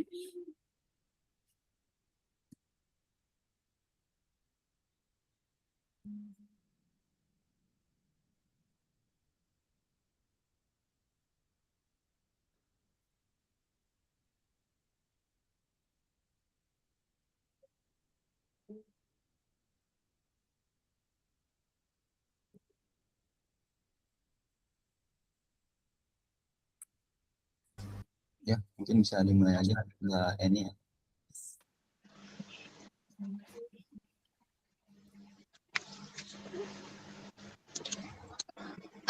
Assalamualaikum warahmatullahi wabarakatuh. Kami dari perkenalkan kami kelompok berapa ini? Ada. Oke. 6. Oke. Baik, Pak. Kami dari kelompok 6 ingin mempresentasikan implementasi chatbot VAK layanan akademik menggunakan TF, IDF, dan Cosine Similarity. Di sini kelompok kami terdiri dari Muhammad Fauzan, Afif Ramadan, Muhammad Azril Anasa, Firly Adianov, dan saya sendiri Umi Isnaini. Silakan di. Dan untuk latar belakangnya di sini saya ingin menjelaskan Yang pertama, informasi akademik masih disampaikan secara manual. Misalnya, saya ingin memberikan contoh fungsi dan pengertiannya. Untuk yang pertama, informasi akademik masih disampaikan secara manual. Pengertiannya itu informasi akademik seperti jadwal kuliah, pengumuman kampus, jadwal ujian, maupun layanan administrasi masih disampaikan menggunakan metode manual, seperti papan pengumuman, grup pesan, atau pemberitahuan langsung oleh admin. Cara ini membuat penyampaian informasi kurang efektif karena mahasiswa harus menunggu informasi diberikan terlebih dahulu. Dan untuk fungsinya menunjukkan adanya kebutuhan sistem digital agar penyampaian informasi menjadi lebih cepat, mudah diakses, dan tidak bergantung pada admin. Dan untuk contohnya, mahasiswa harus datang ke kampus atau menunggu pesan di grup untuk mengetahui perubahan jadwal kuliah. Dan untuk bagian keduanya, mahasiswa harus mencari dari banyak sumber, misalnya dari pengertiannya itu, mahasiswa sering harus membuka beberapa platform berbeda untuk mendapatkan informasi akademik yang lengkap, sehingga proses pencarian informasi menjadi tidak praktis dan membingungkan. Dan untuk fungsinya menjadi dasar perlunya sistem informasi yang terpusat dalam satu layanan, agar mahasiswa lebih mudah mendapatkan informasi. Dan untuk contohnya, ada jadwal kuliah di website kampus, pengumuman di WhatsApp, dan nilai portal akademik yang berbeda. Untuk bagian ketiganya, respon admin terbatas dan real time. Misalnya dari pengertiannya adalah admin akademik memiliki keterbatasan waktu kerja dan jumlah petugas, sehingga tidak dapat menjawab pertanyaan mahasiswa secara langsung. Hal ini menyebabkan keterlambatan pelayanan informasi. Dan untuk fungsinya sendiri menunjukkan pentingnya sistem yang otomatis yang dapat membantu menjawab pertanyaan mahasiswa tanpa harus menunggu admin. Untuk contohnya, mahasiswa dapat bertanya tentang jadwal KRS pada malam hari, tetapi baru mendapat balasan keesokan harinya. Kalau untuk pertanyaan yang ditanyakan berulang, misalnya dari pengertiannya sendiri, banyak mahasiswa mengajukan pertanyaan yang sama secara berulang kepada admin mengenai informasi akademik umum, sehingga pekerjaan admin menjadi kurang efisien. Dan untuk fungsinya tersendiri mengurangi beban kerja admin dengan menyediakan jawaban otomatis untuk pertanyaan yang sering muncul. Untuk contohnya pertanyaan seperti cara isi KRS, jadwal pembayaran UKT, atau jadwal ujian terus ditanyakan setiap semester. Silakan di slide selanjutnya.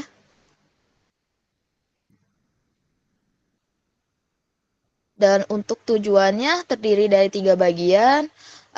Untuk membangun chatbot layanan akademik berbasis web. Misalnya saya mau membuat sistem chatbot berbasis web yang mampu berinteraksi dengan mahasiswa melalui percakapan digital untuk memberikan informasi akademik secara otomatis.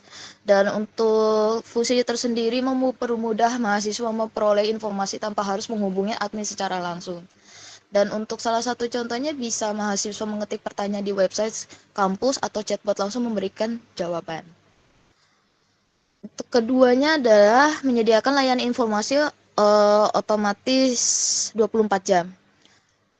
Misalnya chatbot dirancang agar dapat memberikan layanan informasi kapan saja tanpa dibatasi jam operasional kampus. Lalu fungsinya meningkatkan aksesibilitas layanan informasi bagi mahasiswa setiap waktu. Dan untuk contohnya tersendiri, mahasiswa dapat menanyakan jadwal ujian pada malam hari dan tetap mendapatkan jawaban secara langsung. Untuk kebagian 3 dari tujuannya, informasi terpusat di sumber yang sama.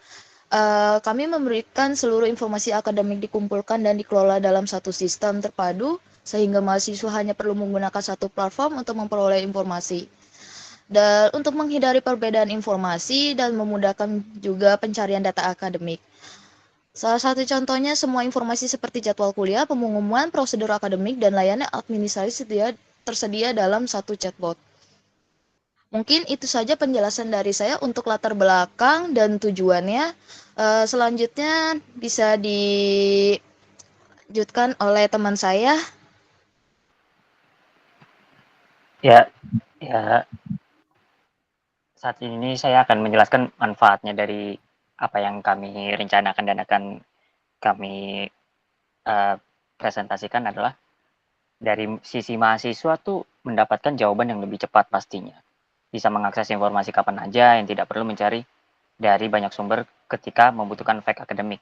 Karena kan biasanya apa yang kita tanyain setiap dari mahasiswa tuh pasti berulang banget kan. Jadi kayak kapan kapan UAS, kapan UTS, itu kan sesimpel pertanyaan itu kan kayaknya nggak perlu sampai admin yang turun tangan karena pertanyaan itu terus berulang, maka fact ini diciptakan gitu.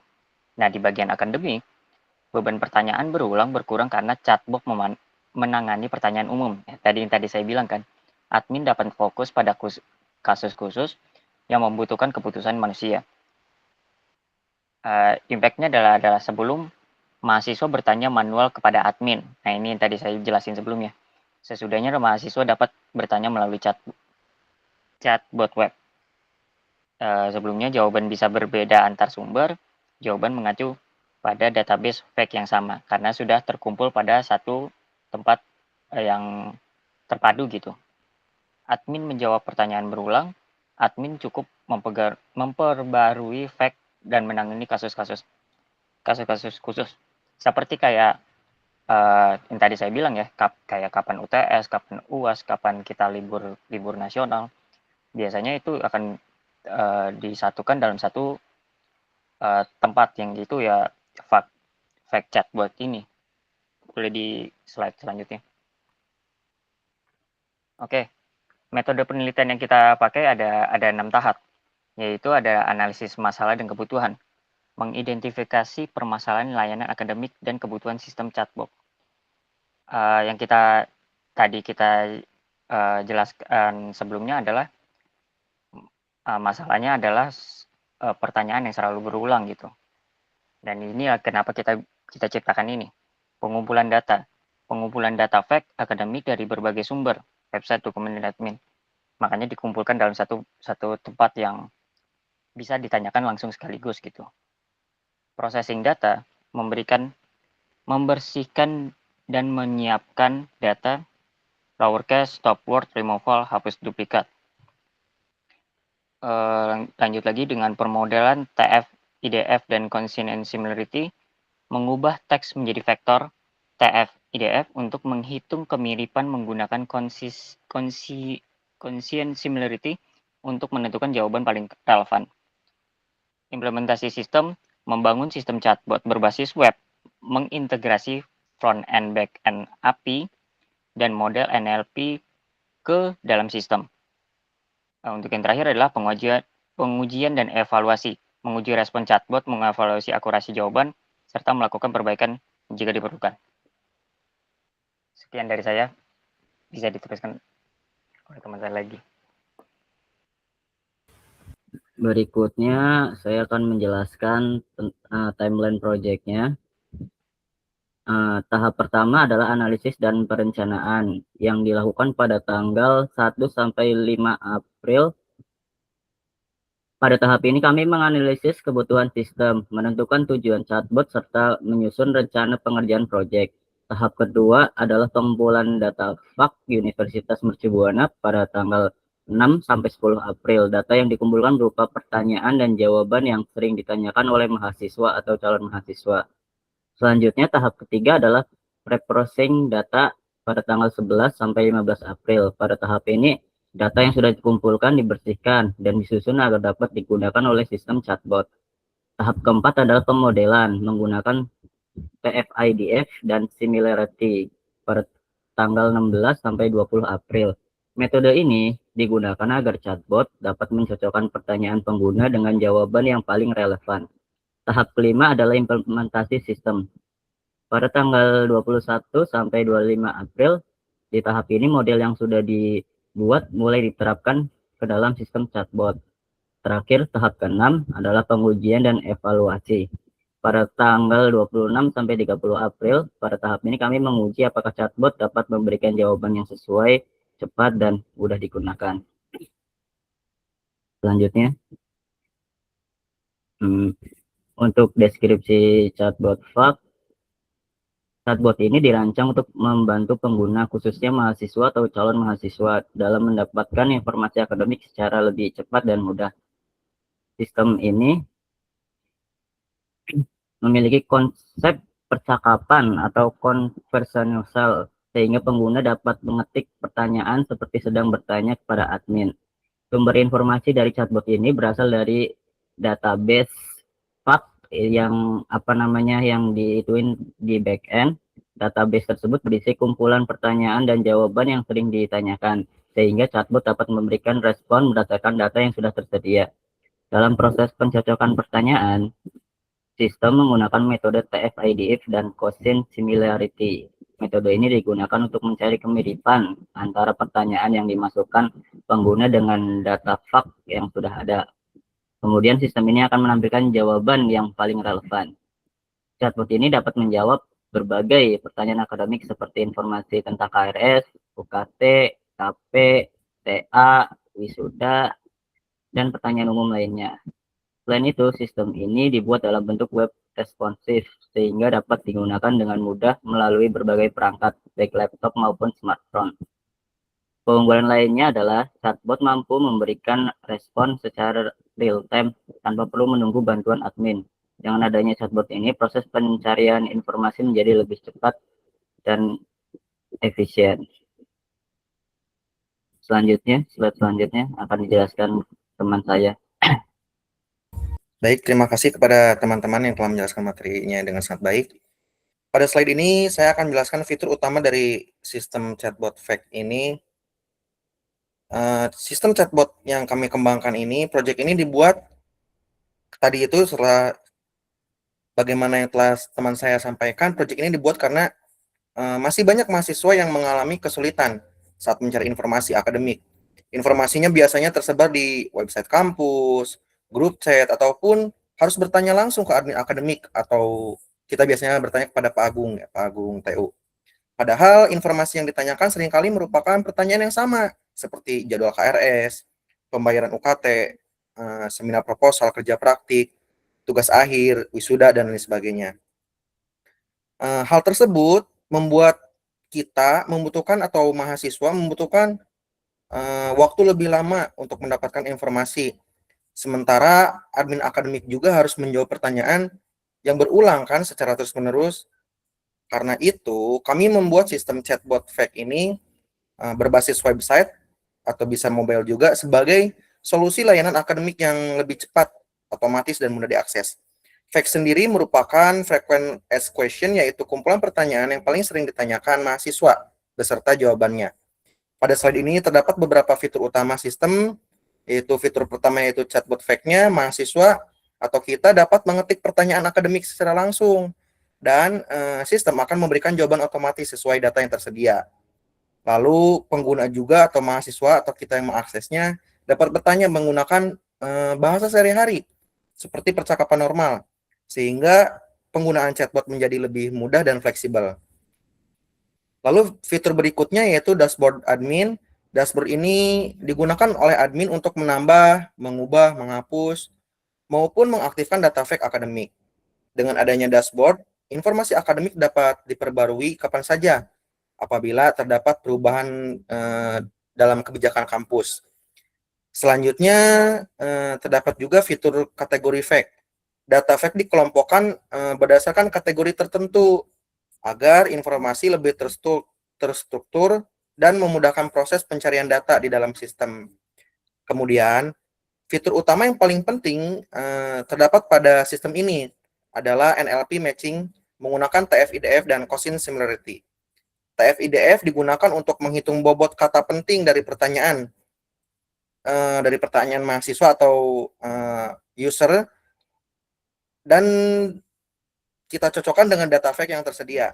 Sedangkan Quotient Similarity digunakan untuk menghitung tingkat kemiripan antara pertanyaan pengguna atau yang user tanyakan di chatnya dengan pertanyaan pada database FAQ yang telah kami rangkum. Jadi, sistem tidak hanya mencari kata yang sama secara langsung, tetapi juga mencoba memahami kemiripan konteks dari sebuah pertanyaan. Sebagai contoh, ketika user atau kita mengetik kapan bayar UKT atau jadwal pembayaran UKT kapan, maka sistem tetap dapat memahami bahwa kedua pertanyaan tersebut memiliki maksud yang sama dan akan memberikan jawaban yang relevan. Selain itu, sistem juga bersifat responsif web, sehingga dapat digunakan baik melalui laptop maupun smartphone atau mobile. Dan yang terakhir, chatbot mampu memberikan respons secara real time tanpa pengguna harus menunggu batasan waktu atau balasan dari admin secara manual. Jadi tujuan utama dari sistem ini adalah meningkatkan efisiensi layanan akademik sekaligus mempermudah mahasiswa mendapatkan informasi dengan lebih cepat dan praktis. Selanjutnya, next. Pada slide ini ditampilkan skema arsitektur dan flowchart sistem chatbot layanan akademik. Diagram ini menjelaskan bagaimana alur sistem bekerja, mulai dari pengguna mengirim pertanyaan hingga chatbot memberikan jawaban secara otomatis. Proses pertama dimulai dari user atau mahasiswa yang memasukkan pertanyaan melalui halaman chatbot pada website. Pertanyaan tersebut kemudian dikirim ke backend, yaitu backend yang sistem yang menggunakan pendekatan NLP tadi. Lalu pada tahap awal, sistem melakukan proses preprocessing teks, bukan. Tahap preprocessing ini terdiri dari beberapa proses, yaitu scaffolding, tokenizing, stop word removal, dan stemming. Scaffolding digunakan untuk mengubah seluruh huruf menjadi lowercase agar format teks menjadi lebih konsisten. Kemudian tokenizing digunakan untuk memecah kalimat menjadi beberapa kata. Selanjutnya, setelah itu ada stop word removal, digunakan untuk menghapus kata-kata yang tidak memiliki makna penting seperti kata penghubung atau kata umum lainnya. Dan tahap stemming digunakan untuk mengubah kata menjadi bentuk dasar menggunakan library sastrawi. Lalu yang selanjutnya adalah setelah kita preprocessing text, kita melakukan TF-IDF dan untuk menghitung bobot kata penting dari pertanyaan pengguna. Kemudian setelah itu dilanjutkan dengan quotient similarity untuk menghitung tingkat kemiripan antara pertanyaan pengguna dengan seluruh data fact yang ada pada database. Sistem kemudian memilih jawaban dengan nilai similarity tertinggi untuk ditampilkan kepada pengguna atau user. Pada bagian database fact juga, sistem menyimpan kumpulan pertanyaan dan jawaban akademik yang digunakan sebagai knowledge based chatbot ini. Sedangkan ada juga admin di sini, dashboard admin digunakan untuk mengelola data fact agar informasi akademik tetap dapat diperbarui apabila terdapat perubahan informasi dari kampus. Lalu di sebelah kanan juga terdapat flowchart sistem yang menggambarkan alur kerja chatbot mulai dari pengguna memasukkan pertanyaan, lalu ada proses NLP dan pencocokan data, lalu ada pengecekan apakah jawaban ditemukan, hingga sistem menampilkan jawaban kepada pengguna. Jika jawaban yang sesuai atau ditemukan, maka chatbot akan langsung menampilkan respon. Namun apabila tidak ditemukan, maka sistem akan menampilkan pesan bahwa jawaban belum tersedia pada database. Diharapkan dengan arsitektur tersebut yang telah kami bangun, chatbot mampu memberikan layanan informasi akademik secara otomatis, cepat, dan lebih efisien dibandingkan proses layanan manual melalui website atau melalui media sosial ataupun WA. Selanjutnya adalah demo modelnya atau demo aplikasi yang akan dijelaskan oleh teman saya.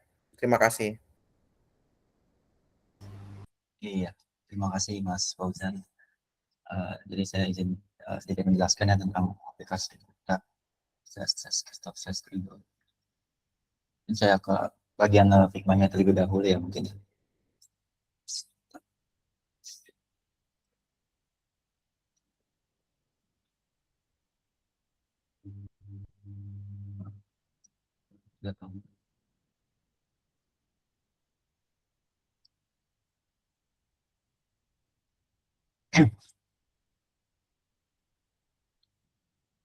Iya.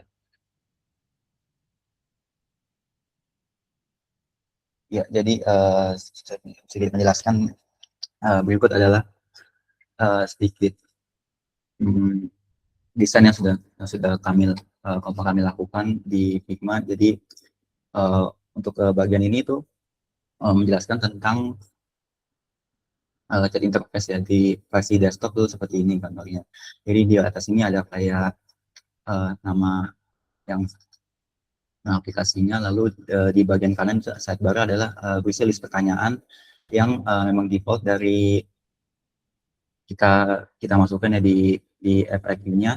Lalu kemudian di baris sini itu adalah kolom pertanyaan yang bisa kita tanyakan.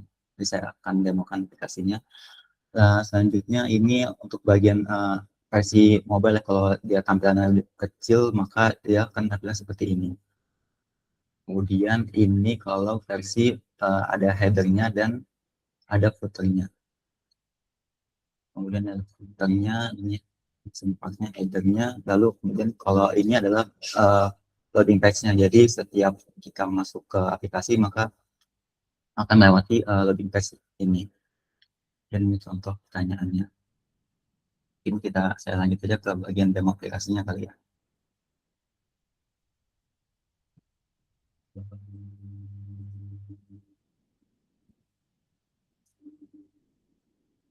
Iya. Jadi ini adalah sebuah aplikasi chatbot yang sedang kami kembangkan, di mana di sisi sebelah kanan itu ada berisi list pertanyaan yang sudah kita masukkan. Itu jumlahnya total itu ada 300 pertanyaan ya, dengan beragam macam kategori. Misalkan ada akreditasi, kerja praktek, magang mandiri, sidang proposal dan lain sebagainya, sampai perpustakaan dan jurnal.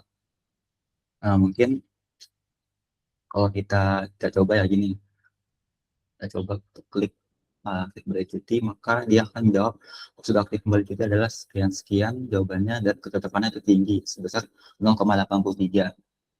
Nah, kalau kita coba dengan pertanyaan yang sedikit mirip namun kalimatnya berbeda, kita tanyakan ya.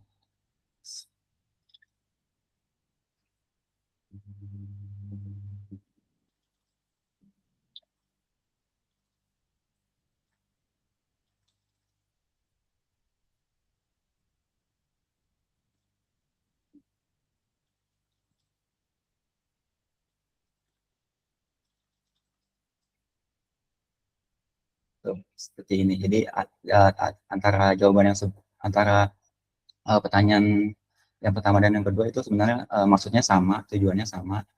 Maka dengan algoritma yang tadi sudah teman-teman saya jelaskan, dengan menggunakan algoritma TF-IDF dan juga bantuan quotient similarity itu, maka dia akan bisa meng-mapping apa maksud dari yang pertanyaan kita tanyakan.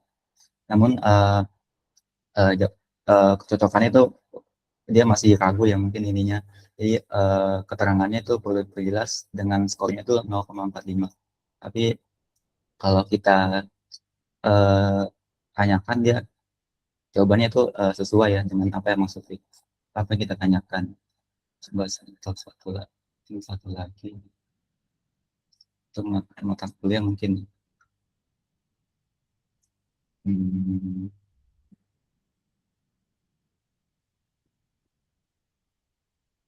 Ya, mungkin untuk mata kuliah semester 5 tuh ada apa aja untuk yang kurikulum baru ya gitu ya. Jadi untuk kurikulum 2025 itu ternyata di sini ada 8 mata kuliah, di sini ada listnya. Coba kita tanyakan untuk yang berbeda.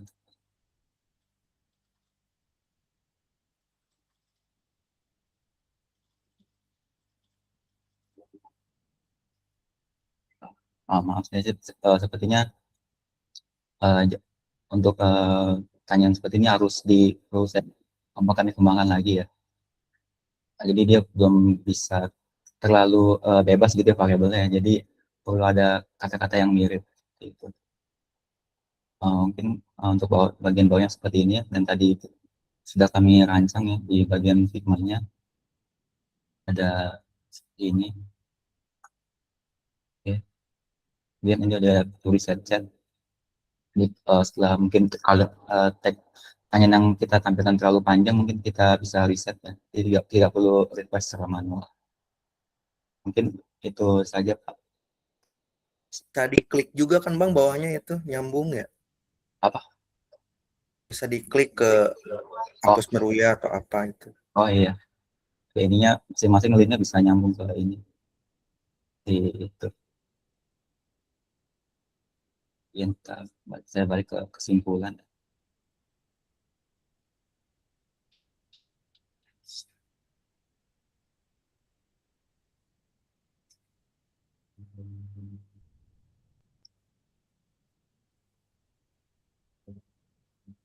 Iya, jadi untuk kesimpulannya yang pertama, chatbot efektif akademik ini berbasis yang berbasis web itu menjadi solusi untuk mempercepat akses informasi akademik yang sering ditanyakan mahasiswa.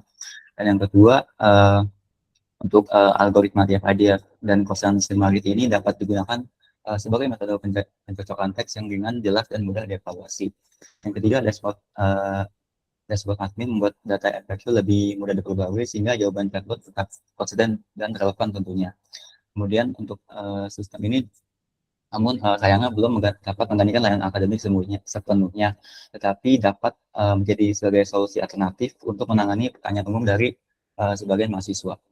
Yang terakhir itu pengembangan berikutnya mungkin perlu diperluas lagi untuk datasetnya dan tidak perlu pengujian akurasi lagi, dan mungkin ada pertanyaan yang masih belum tercover di dataset yang telah kita buat seperti itu. Ya Pak, mungkin kurang lebih begitu presentasi dari kelompok kami. Silakan jika ada feedback Pak. Terima kasih.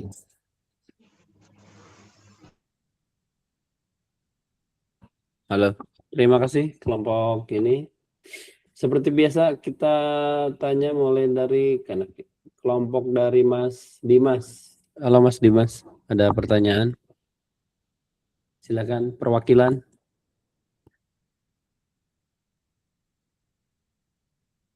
Dimas Wahyu Utomo, Heri Yusuf, Elwandi, Maulana.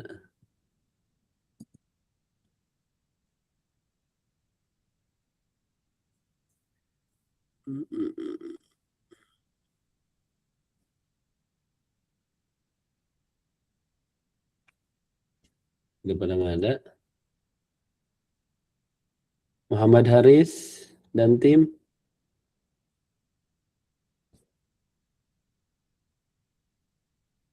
Muhammad Haris, halo.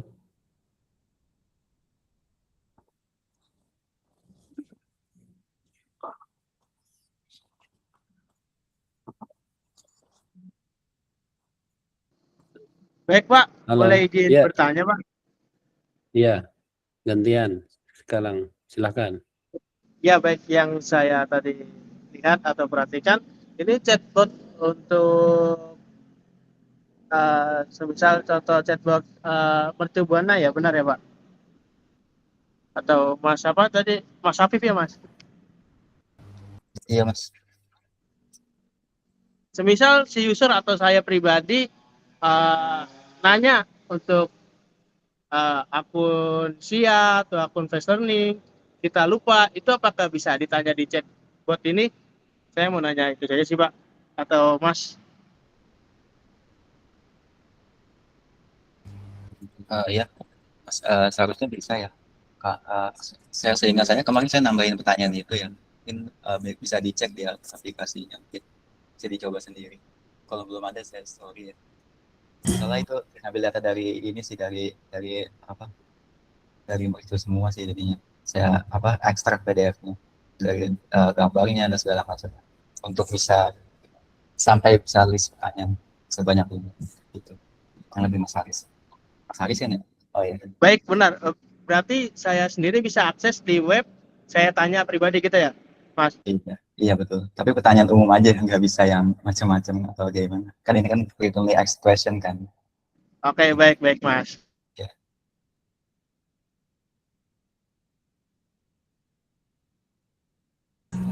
Ada lagi? Dari kelompoknya siapa nih yang tadi sebelumnya? Dimas, halo Dimas.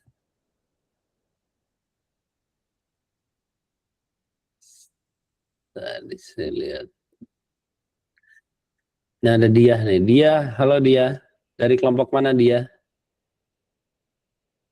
Dia, Andrian, ini satu kelompok kalau nggak salah. Ya, Muhammad Haris, ada apa lagi? Enggak Pak, tadi kepencet Pak, maaf Pak. Oh, halo Andrian, Dia. Ini Mas Dimas masih Iya, ada. Pak. Ya, ada, silakan pertanyaannya.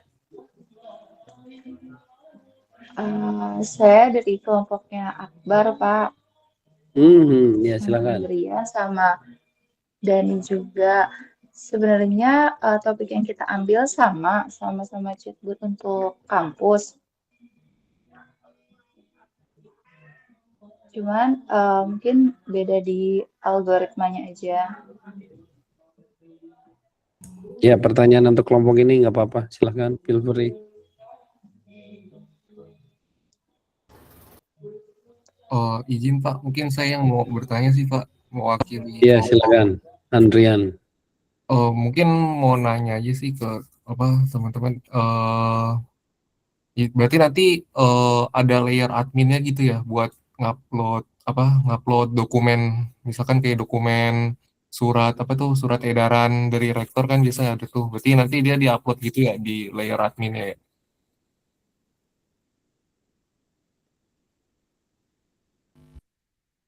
Izin menjawab Mas, sebenarnya keinginan kita begitu, cuman belum terrealisasi di proyek kali ini. Gitu sih. Oh, oke. Berarti ini kalau kayak dokumennya gitu pakai dataset, maksudnya udah di training dari awal ya, maksudnya fix gitu ya dokumennya ya. Maksudnya belum bisa ada kayak upload kayak gitu ya, Mas. Iya betul, belum bisa upload gitu dokumen. Kalau kita mau nambahkan gitu harus lewat codingan sih, belum di save manual gitu. Oke, Mas. Ya, itu aja sih pertanyaannya. Thank you.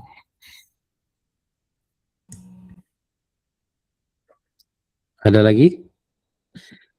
Ini kelompok akbar ya berarti. Kelompok akbar kenapa nggak muncul-muncul dari nggak present dari pertemuan pertama dari minggu lalu, Mas Andrian?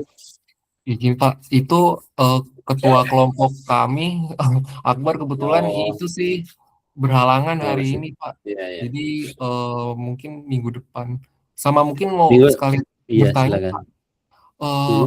Kira-kira bisa digeser nggak ya Pak jadwal presentasinya? Soalnya kayaknya di beberapa kelompok anggota kelompok kami kayaknya nggak bisa kayak malam jam 9:30 gitu Pak. Mungkin kayak di pagi atau siang. Bisa. Nanti janjian sama kelompok itu nih, Revan dan Salman. Jadi biar sayanya juga nggak double-double gitu. Misalnya kalian udah komit misalnya jam pagi, ya udah pagi atau siang, tiga-tiganya tapi samaan gitu. Oke? Oke Pak, ya paling nanti saya coba request di grup kali ya Pak. Iya, kalau nggak ya japri dulu aja ke masing-masing kelompok itu kan udah tahu tuh. Bisa nggak jam segini diskusinya kan? Baru Pak. nanti kita ready-nya jam sekian ya, nanti saya siapkan gitu. Jangan nanti saya pagi juga iya, siang juga iya, malam juga iya kan. Nggak efektif, jadinya hanya satu aja, tapi semuanya ready gitu. Ya. Oke Pak, paling nanti saya coba tanya dulu deh Pak sebelum request. Oke, makasih Pak. Ya, terima kasih. Kelompok ini Mas Dimas, ini belum nih Mas Dimas. Halo Mas Dimas, saya pertanyaannya silahkan. Halo Mas Dimas. Mas Dimas, halo Mas Dimas dan tim. Nggak ada pertanyaan? Heru Yusuf, Elwandi, Maulana. Oke, untuk mempersingkat waktu udah pukul 23 ya dari saya. Pertanyaannya begini. Yang pertama saya lebih mengkomentari perihal presentationsnya. Jadi secara sistem oke, technical oke gitu. Walaupun memang ini ada constraint dan limitationnya gitu. Tadi sudah ditanyakan juga sama Mas Andrian dan sebelumnya. Saya ingin mengkomentari untuk agar lebih baik lagi. Nah, ada namanya fenomena seductive detail effect ya. Jadi detail menarik yang tidak esensial justru menurunkan pemahaman pembaca terhadap argumen inti katanya. Yang ingin saya komentarin tuh tadi khususnya coba di bagian back ke bagian slide timeline. Bisa di timeline? Mana timeline ya. ini timeline kenapa kecil? Maksudnya agak diperbesar biar kelihatan lebih oke, ini clear, jelas gitu. Nah, adapun gambarnya ini kan hanya pemanis saja gitu ya. Bisa digeser, dikecilin gitu. Nah, ini yang besar. Terus ini timeline sebenarnya sah-sah saja, modelnya model apa aja. Cuman biasanya kita berupa milestone memang atau berupa Gantt chart atau timeline pada umumnya gitu ya, berdasarkan per basisnya per week atau per apa namanya, per month gitu, progress dan lain sebagainya. Tapi ini per apa? Ini per milestone ya, berarti ya cukup adaptable.